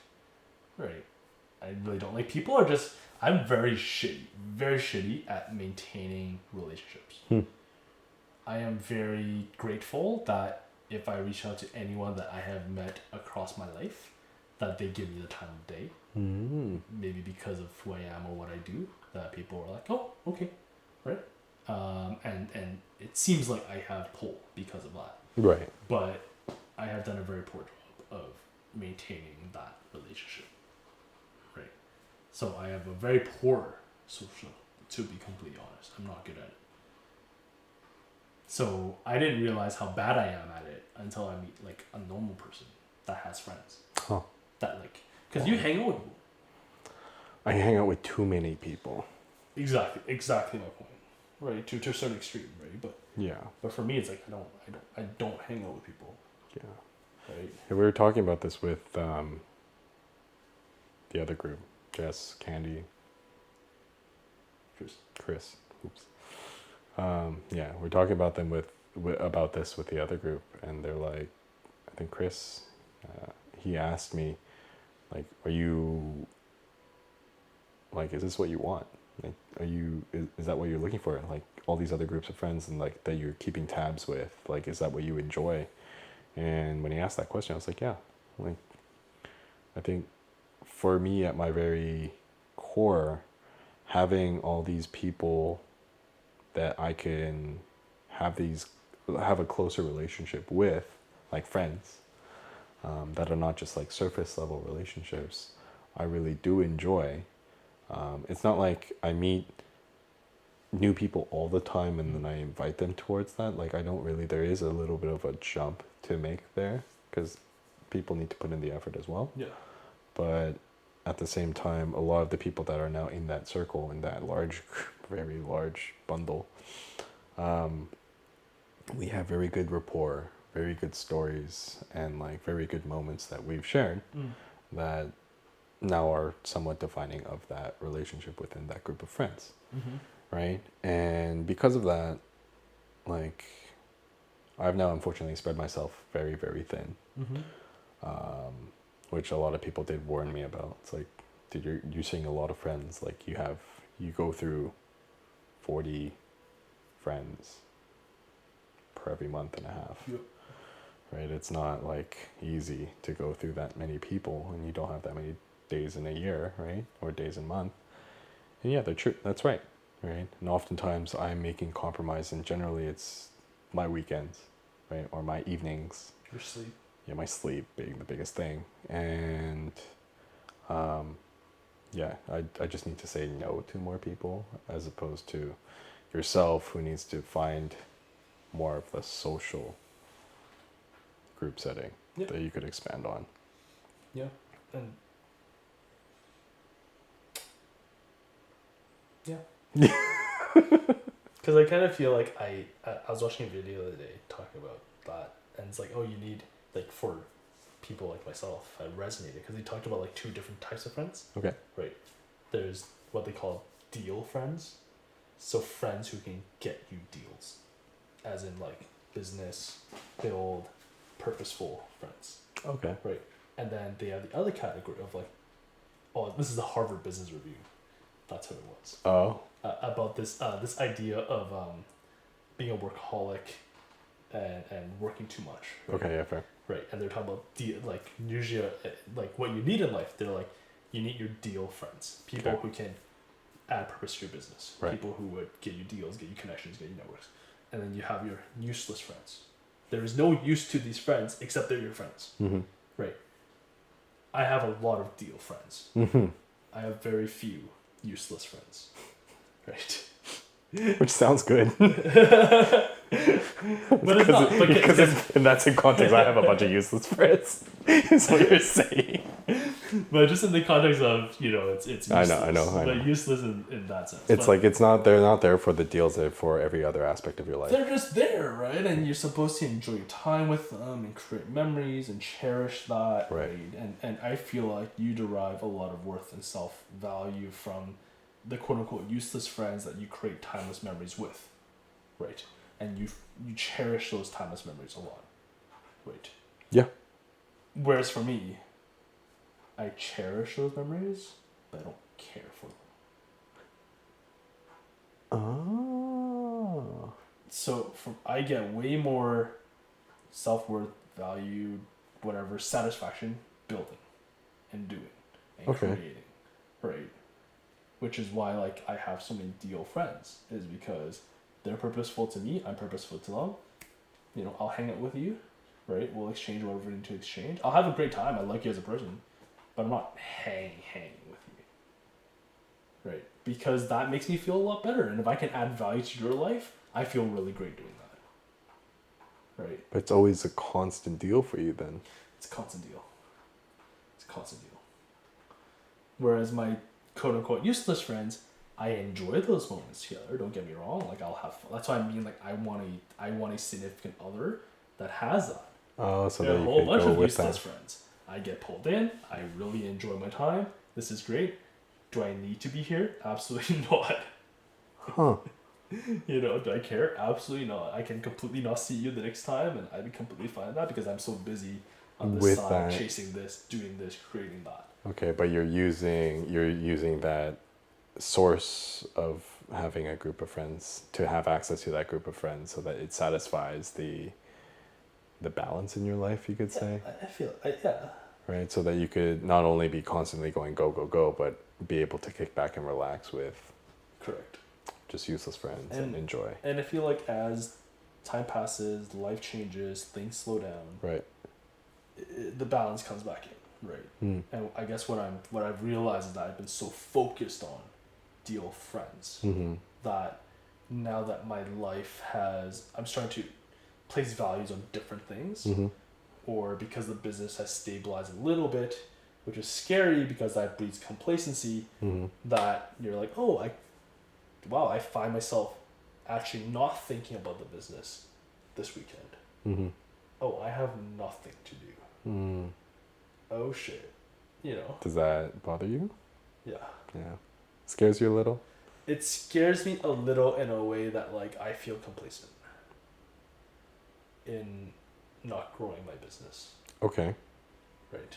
But at the same time, I'm really not thinking about it. And I'm like, wow, maybe my value or what I'm looking for has maybe shifted. Right. Because my drive for the work is not as automatic as it was before. Right, because you've gotten what you've wanted technically originally out of your business to a certain extent. Like there is always more. There's more, but there's a level of stability. But the rate of return tapers off basically. Correct. Right? And so now you're trying to find something else with that same parabolic rate of return to compensate for that. And do you feel like that's what's forcing you back into dating though? I've always I mean, you've been suppressed for so long, so I guess you kind of exploded at the end. Yeah. That's kind of what it is. Yeah. As well. And so you've been on that. I mean, you haven't really started dating until let's say 22. I would say roughly 22, Correct. 23. Yes. Yeah. And in the full sense of not even a serious relationship, and Yeah. just the full sense of trying. Yeah. And going out and pitching myself, failing multiple times, right? And then now that it's almost 8 years of that, Yeah. do you feel that you've changed your speed at which you're dating? Or has that always remained as Speed as in... like the way that I'm seeing is that because you're every time that you get bored, right? You go back into the dating pool Correct. just to spice things up a little bit. Yeah. And then you can't seem to juggle sometimes because work gets really stressful and then Yes. these people get really stressful. Yes. And then you're just like, my business, my baby. Yes. Bye. For sure. Right? Yeah. And what I'm concerned with is like, have you learned that already? Like, can you recognize that and not do that anymore? Have I recognized that? Yes. No, but that's what I mean of like the right time. Right? Fair. Like, I don't think I'm at that position, my business is at that position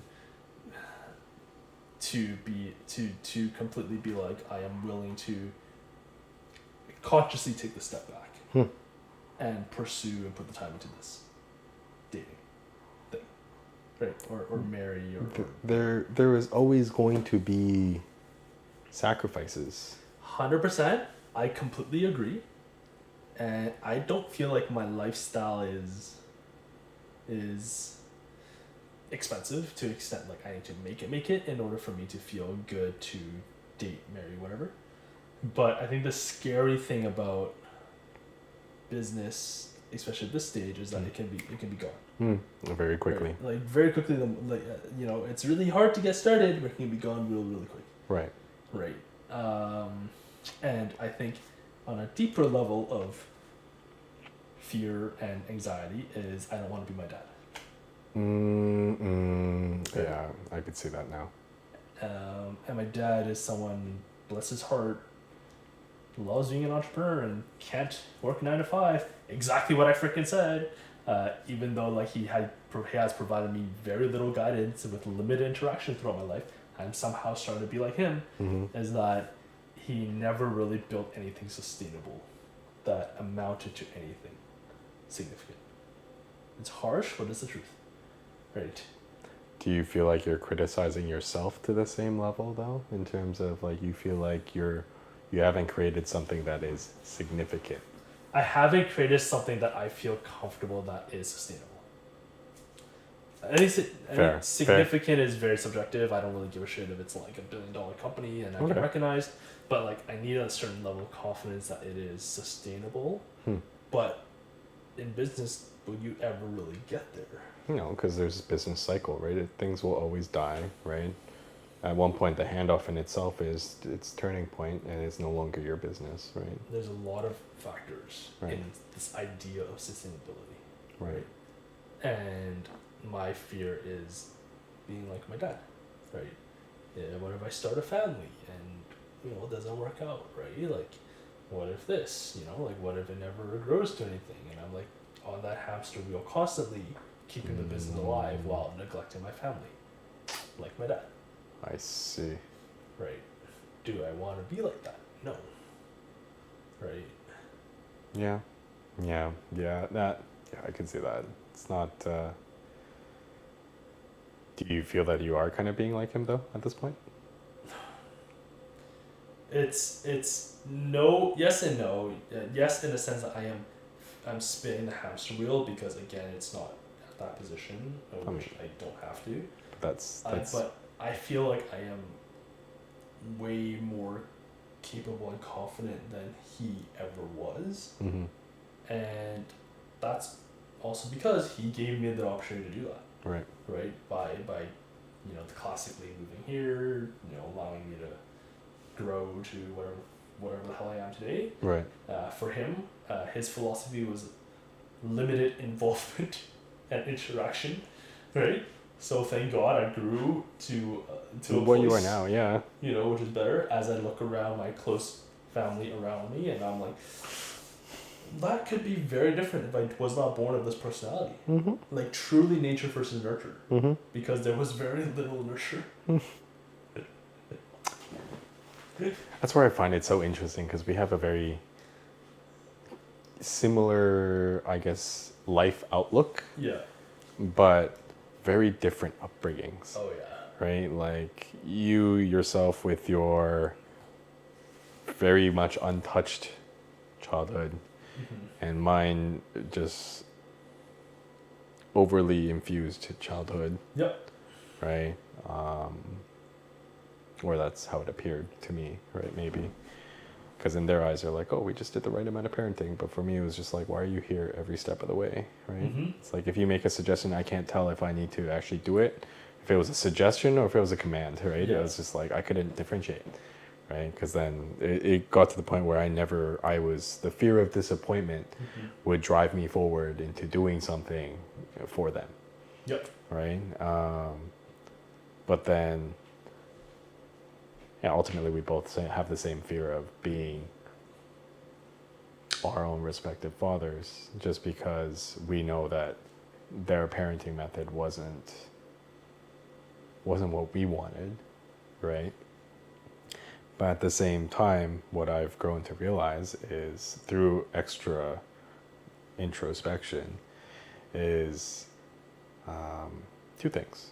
One, they never knew how to be a parent, right? They only had to judge from what they were given before. So I don't know what your grandfather was like to your dad. Also, no talk, right? No. He talked a lot. So the funny thing is, exactly right. He talked a lot, complete pessimist. So my dad overcorrected. Right. By not talking. Same thing with my dad. Grandpa did not talk to him at all. Yeah. So he overcorrected by Started talking yapping. too much. Yeah, exactly. And so we just flipped, Yeah. right? And then the second point would be because I've witnessed your own growth and my own growth, I don't think either kid is going to be happy either way, right? There's obviously too much on each scale, and we're trying to find the happy medium in between, the sweet spot, so that maybe this will be right. Yeah. That's the hope. But my ultimate concern is like, we'll find that sweet spot because we'll probably think about it for a real long time as we're raising our kid. But I have a feeling that the kid's not going to be like, why were you like this? And then I have to explain to him the whole generational history, and then pray to God that when this kid turns like 26 or 27, that he has enough of a brain to be like, oh, you know what? You just did not know better either. Welcome to life, son. We just gotta go with what we know and try our best to do what we can, right? And I guess that whole aspect of parenting, like, scares me. And I think is also a big reason why I was so hesitant upon relationships in general, right? Just because, like I said, I look way too far ahead, and it's like, why are you scaring yourself with something that's not even going to be within your sphere anytime soon? But I mean, percentage-wise, likelihood-wise, it's not going to happen anytime soon. I'm not going to get somebody pregnant tomorrow, right? Knock on wood. Yeah, it's just like eventually if I were to find the right person and like develop the relationship, get married, and then have a child with them, it's like, sure, there is my significant other that I will rely on for a lot of it, but me as a father to my child, what am I supposed to say or not say? Because looking back at my own childhood, there were things that my father and my mother may have said to me that, A, I've taken grossly mis out of context and just skewed my whole personality around it for no reason, right? Due to the lack of communication that I couldn't have with my own parents. And the fear that because I'm not able to, or my child won't be able to have those communication skills until they are old enough to recognize and be able to do them, I will have ineffectively scarred them at one point in their life to change their life trajectory a certain way. And I could only hope it is a positive way and that they would understand why I'm doing what I'm doing, right? I guess that is a fear that I thought of in terms of, is a relationship even worth it at this point, right? do I want to get to that point? And then you get into a mindset of like, oh, what happens if you find someone that you just don't want to have kids together? It's just like, I don't believe in that either, right? But then I think the biggest thing is, are you gonna? I think I've come to terms with now, and obviously this will be completely different once I have the kid and I look at the kid, but like, yeah, it changes everything, as people say. Fair. Right, but I've come to terms that you will fuck up your kid. Yeah. No matter what you do. No matter what you do. Right? Yeah. And every kid, again, nature versus nurture will be born different. True. Right? And as much as you feel like your parenting style, you trying to compensate for what you didn't have, and you're like, I'm going to do it right this time, you're not going to get it right just because you don't know the demon that you're dealing with in front of you. This devil of a child can be something that's like so messed up. That's true. Right? That you are not capable of dealing with. Right. So that's what I kind of feel like. It's like come to terms that like whatever comes out, you have to love and cherish and do your best, but you'll never do it in such a way that they're not going to be scarred and messed up by some of the things that you think is best. Right. I think one thing that like a very wise mentor said to me as I start oversharing my family trauma with her as well is that I oftentimes start off with like, wow, I don't want to be like my dad, and I start sharing this animosity towards my parents, and I get to a certain point and I immediately have to be like, oh, but like I understand they provide a lot for me, and like justification, kind of justify like that, and then she was like, I'm gonna stop you there. She's like, Franco, you can have space for both. You can have space for animosity for your parents. You can also have space for love for your parents. They're not mutually exclusive. Yeah. You do not have to feel the need to justify one over the other. Right? So when you're sharing with me all this trauma and all this animosity, just share with that. Like, own it, embrace it. Right? Knowing that you can say all of this and still love them with all of your heart. Right. Right? And I'm like, that is fair. Right? Interesting. Have you grown? No. No. No, but like I would catch myself though. I would at least in my head, like I would still have the same habit of like, oh, I don't want to justify it. Yeah. I don't want to be too left or too right. Yeah, I don't want to be too left or right. Just try to stay neutral, and I would catch myself justifying it, and then I'm like, oh wait, like it's okay. Like you can say that. You can say the fact that they fucked you up, messed you up, right? And you can say, be like, I still love them, right, with all my heart, right? I mean, yeah, I would kill for my parents. Yeah, right? Just as much as it's likely that I may one day do it myself. But, like, yeah, it's just... I don't think I ever had the issue of, like, trying to... maybe earlier, when I was younger. Well, it's just like this, you catch yourself because you're like, oh, I shouldn't be ungrateful. Yeah. You know, I don't want to be seen. I don't want to see ungrateful. I want to see ungrateful. Well, there was a time when I did not care whether I was seen as ungrateful or not. It was just full animosity at this point, right? It was just like embitterment. Yep. That was me. I was like 16. I think 16 was the age when I was like, don't talk to me, don't touch me. I don't know you. Well, that's nice. Mine was a lot later. Actually, boiled in, but it blew up when I was 23. Well, I blew up at 21. Right. Yeah. Right. And for very different reasons. Mine was a lot dumber than yours. Oh, really?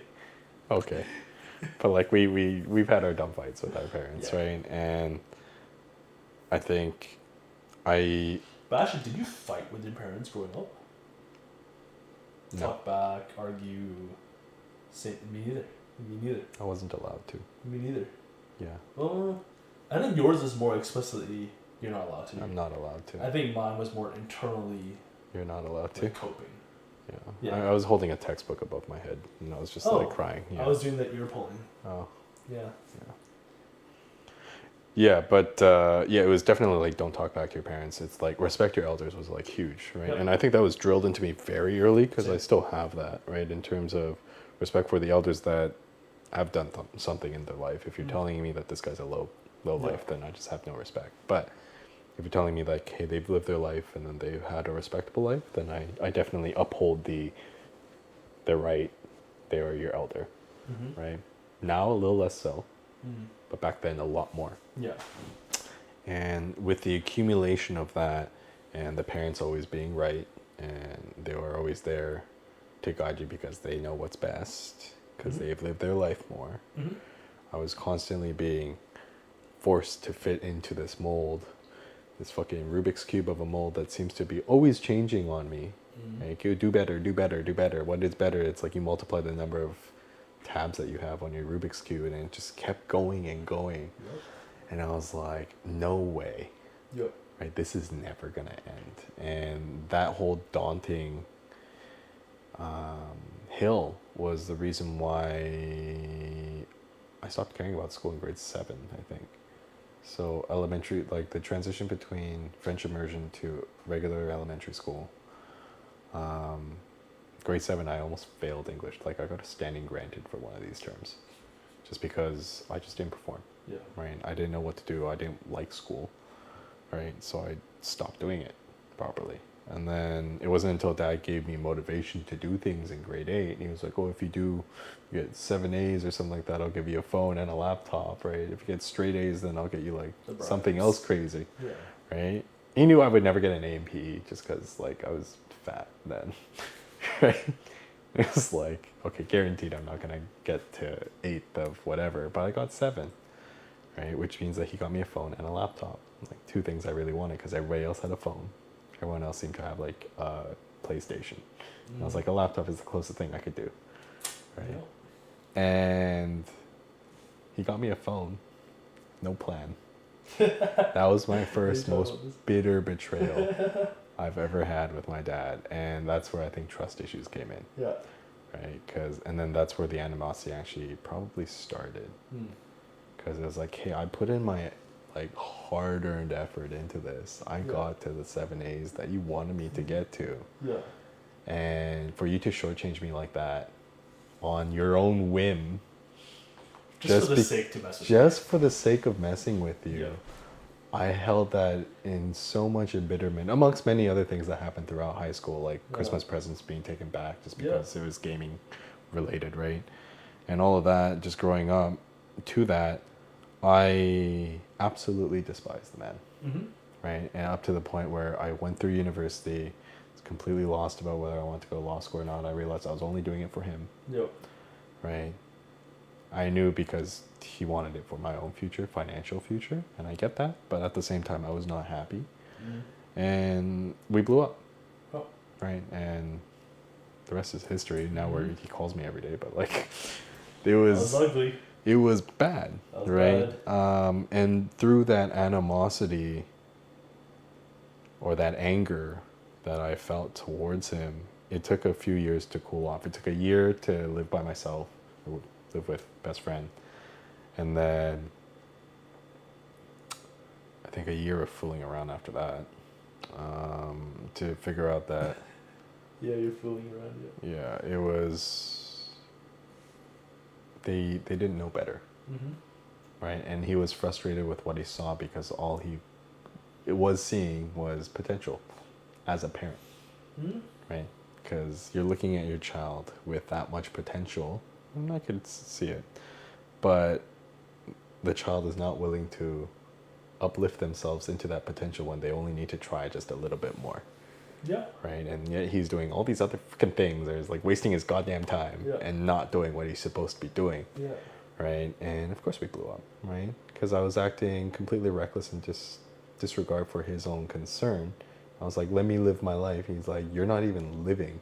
Yeah. Right? You're just like degenerating, right? And after realizing that from our anger spout and talking to him and realizing that, hey, he didn't know better, and then having that talk with him, it's been a lot better since then. But subsequently, I have now been in fear of my own parenting journey, right?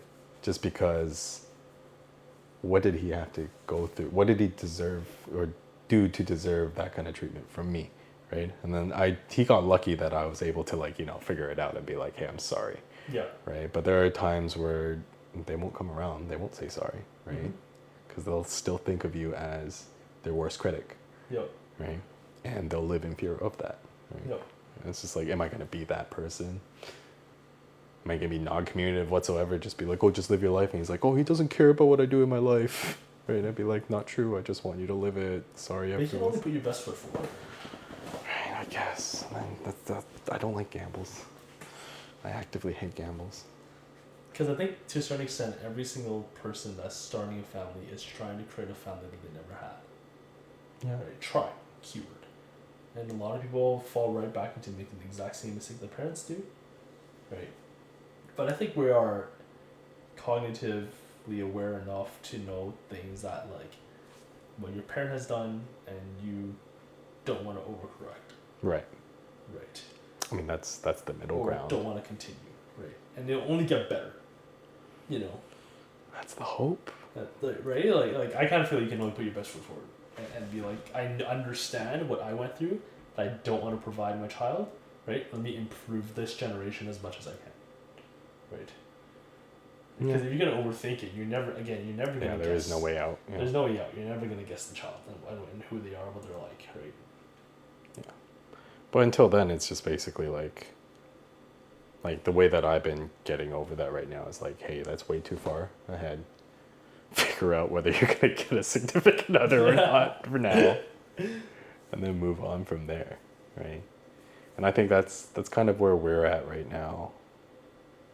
Like in our growth phase, I guess. Trying to juggle between careers and personal life. Right? That's the biggest impasse of like, we're very much a full send type of personality, but we're able to understand and like not be naive enough to ignore the fact that these two are on opposite ends of a scale. Yes.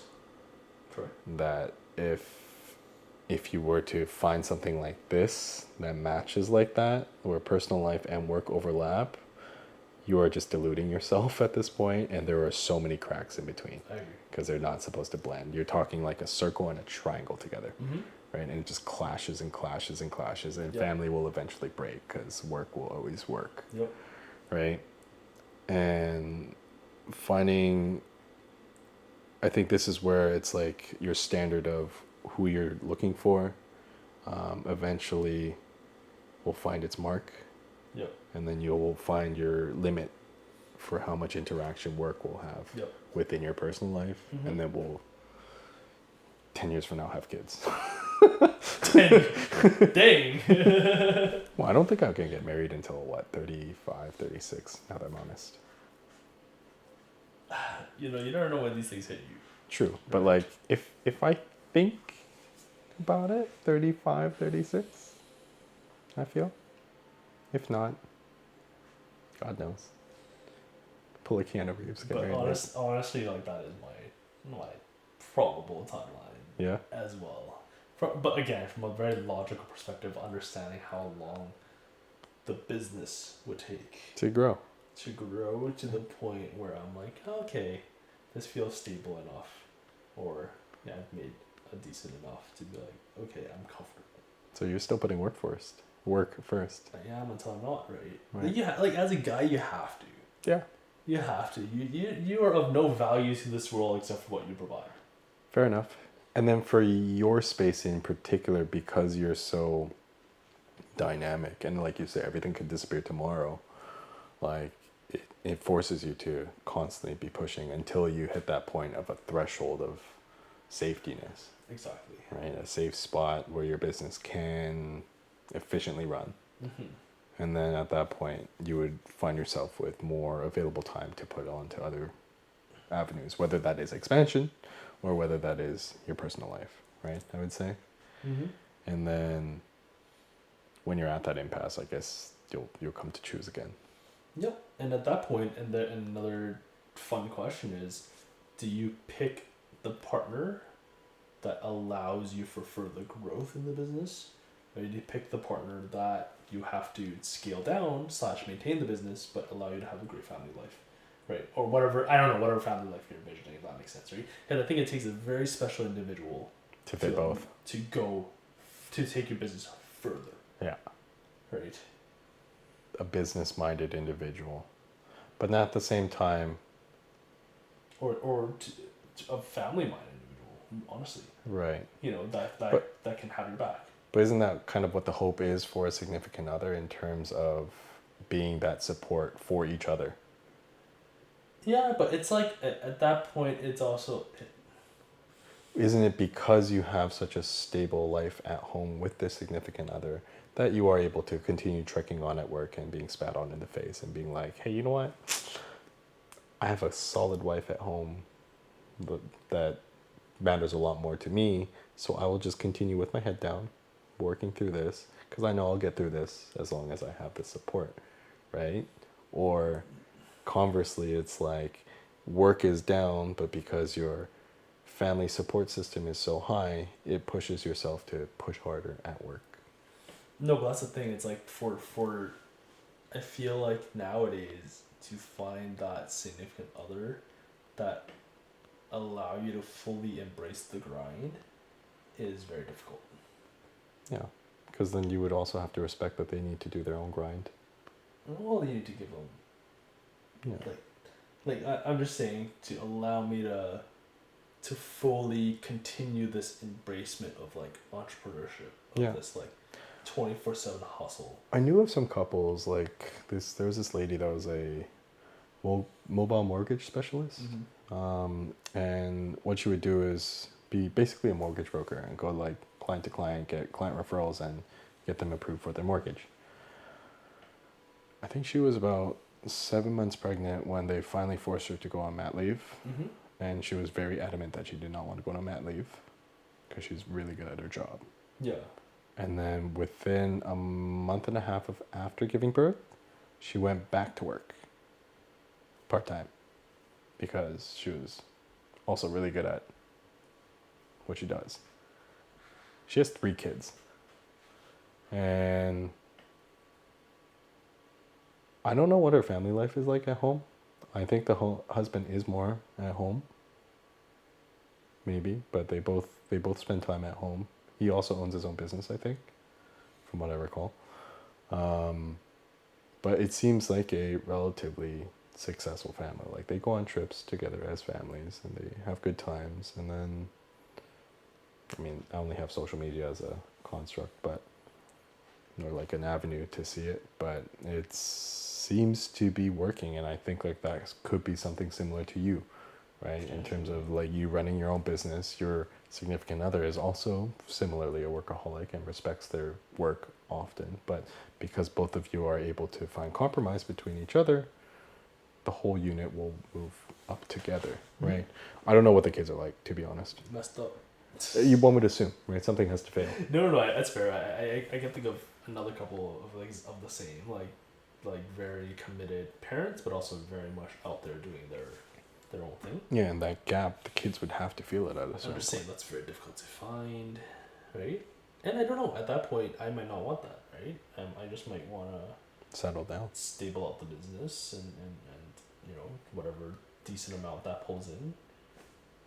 Live off that. Live off of that, right? And make sure it doesn't die. But there's no need for it to be like, let's go to the next stage. Right. Why risk the initial business off or something else? Yeah, or why risk the family? Right. Right? Like, you want to spend time with the kids, right? Yeah, I don't know. Like, I've told significant others this, but like, I am not good with kids up until age like 17.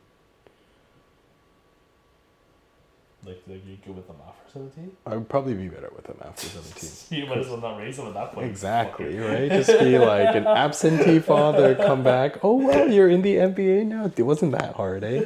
Oh, you're an adult now? Great. I will now enter your life. And it's just and they'll like, hate you. it's, yeah, obviously, like kids, it's not feasible, right? You can't have that as a proper relationship. You need to be there, right? I remember my dad not being there when I was all the way up until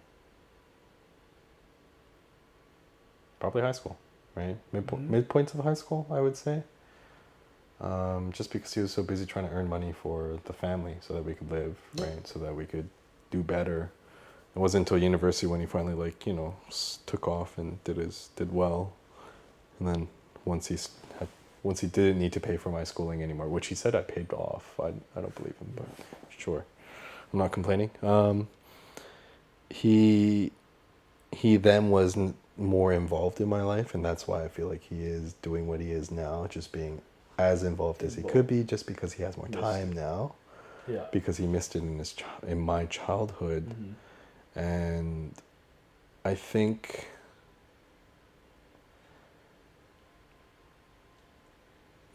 no, I know for a fact that has definitely defined me as a person that I am now, right? Just not having him there, right? And I would still take that gamble. What? If I were to be a parent, I will put myself to work as much as I could, even in that space that my child is around at those early ages, and hope, pray tell that he understands when he's older. Mm-hmm. That would be the hope, right? I may communicate it to him if he's really bitter about it by age 20 or age 24. The later the better, just because he would understand it better. But I think it is eventually going to be the same in terms of I may dedicate to my work environment a little bit too hard so that my family could enjoy the luxuries that I would like to afford them. Mm-hmm. And then whatever embitterment or anger my son may have, or my child may have towards me, he'll come to understand. He'll come to understand when he's older. And I promise I won't call him that often. You say that now. You say that now. I just need to make sure I have two so I could just alternate, you know? Because one's rough, dude. I'd be like, you're talking to each of your brothers. He'll probably be like, dude, have you fought Uncle Franco? Like, just talk to Uncle Franco. I feel like we ran like 20 episodes of this podcast already. We are no longer doing this. Well, imagine. He'd probably call me and be like, bro, can you just tell him to stop calling me? I'll be like, he just loves you. Your dad grew up without much love. It's like, you no fucking help. Yeah, I don't know. It'd be interesting to see. Yeah, because I'm like no pressure. Like, if you get married first and have kids first, like, enjoy. If I don't have kids, then I'll just be the uncle. But I feel like if your timing will match with my timing, then that'd be kind of fun too. Yeah. Yeah. I think kids similar age should always be Similar is fine. Always be fun. Yeah. Yeah. It's crazy. Imagine, like, 10 years ago, first met, trying to, 10 years like... later, I'm sure we have kids. Yeah, I'm pretty sure, like, what? 10 years ago when we first met you, it was like, oh, he's in charge of this department here. Didn't think I'd even talk to this guy for the rest of my life. Yeah. 2 years later, it's like, oh shit, we gotta keep doing this. Right? Or like, what, a year later? And then just one thing after another, just kept going out, kept doing things, having these kind of conversations. I think that's, at a certain point, it's like realizing that, okay, this is what you would call a friend for life, right? Yeah. And then, like, my thoughts are like, what do you do with one of these friends? What are we supposed to do? Right? At this point, it's like, if you want to do something, I'm down. Because it's like, it has to be interesting at that point, right?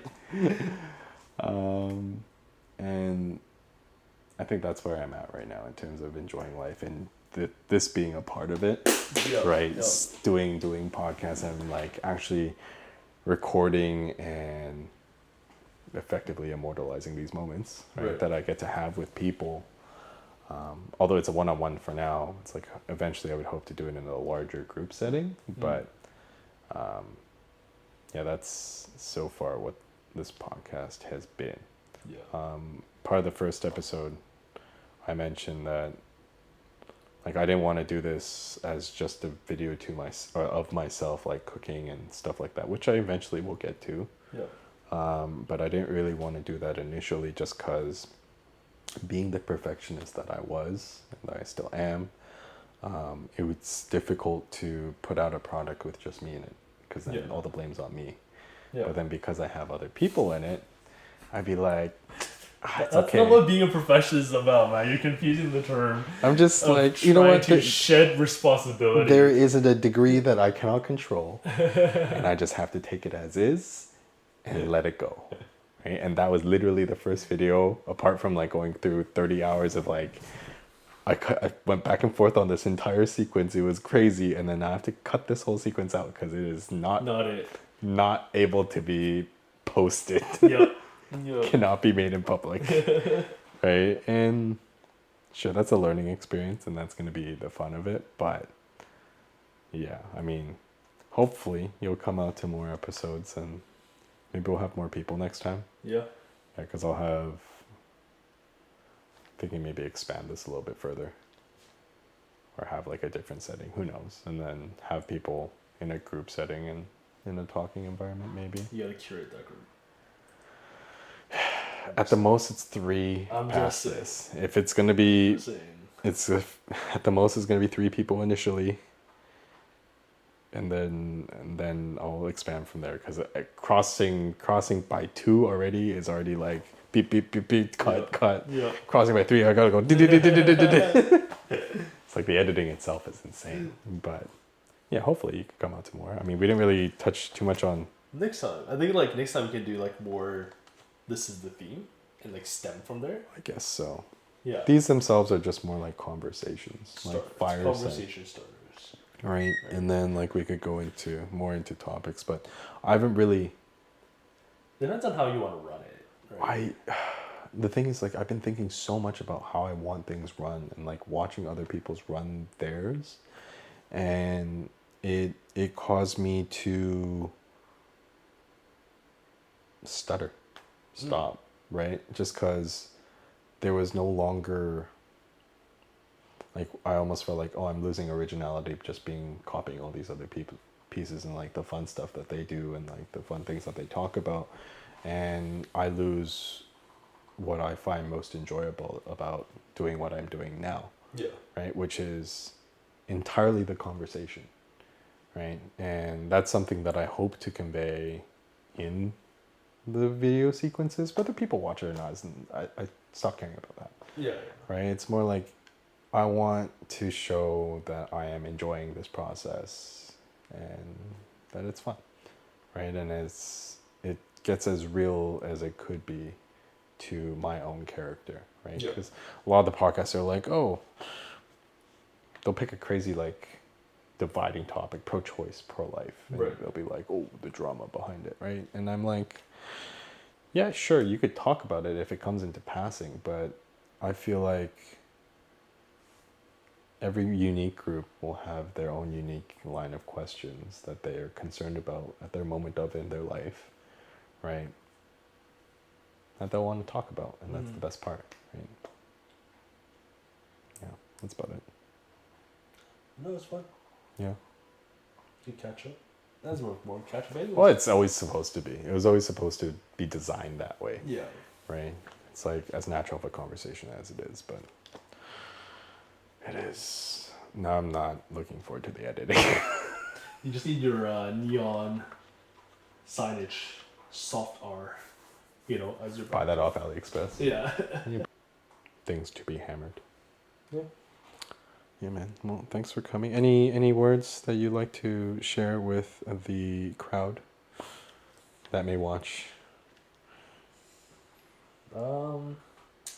Franco's single. Life's hard. Don't be so hard on yourself. Say that to the camera. Don't say that to me. What the fuck? This is still talking to you. You're the fucking host, man. I didn't do it on the camera. So. Life is hard. Life is hard, but don't be so hard on yourself. I think that's the biggest thing. Just control what you can, let go of what you can't, and life is short. Whatever you do now, honestly, really doesn't matter. In 50 years, 100 years. Interesting. Just okay. Just a blip. Just a drip in the great plot of history. Okay. Speck of dust. It's floating in space. That's all we are. Okay. So don't be too hard on yourself. All right. Well, I appreciate you coming. Definitely will have you again. I have no idea when. Honest to God, I have no idea when. At this point, it would just be like, I'd probably see you like 4 more times before I could actually get you in front of somebody else as well. You got a whole roster of people to go through too. So. Thanks for watching. the second episode of the Soft R. Remember to like and subscribe because I forgot to say it last time. I now have 3 subscribers. But yeah, no, like and subscribe, and catch you on the next one. Bye.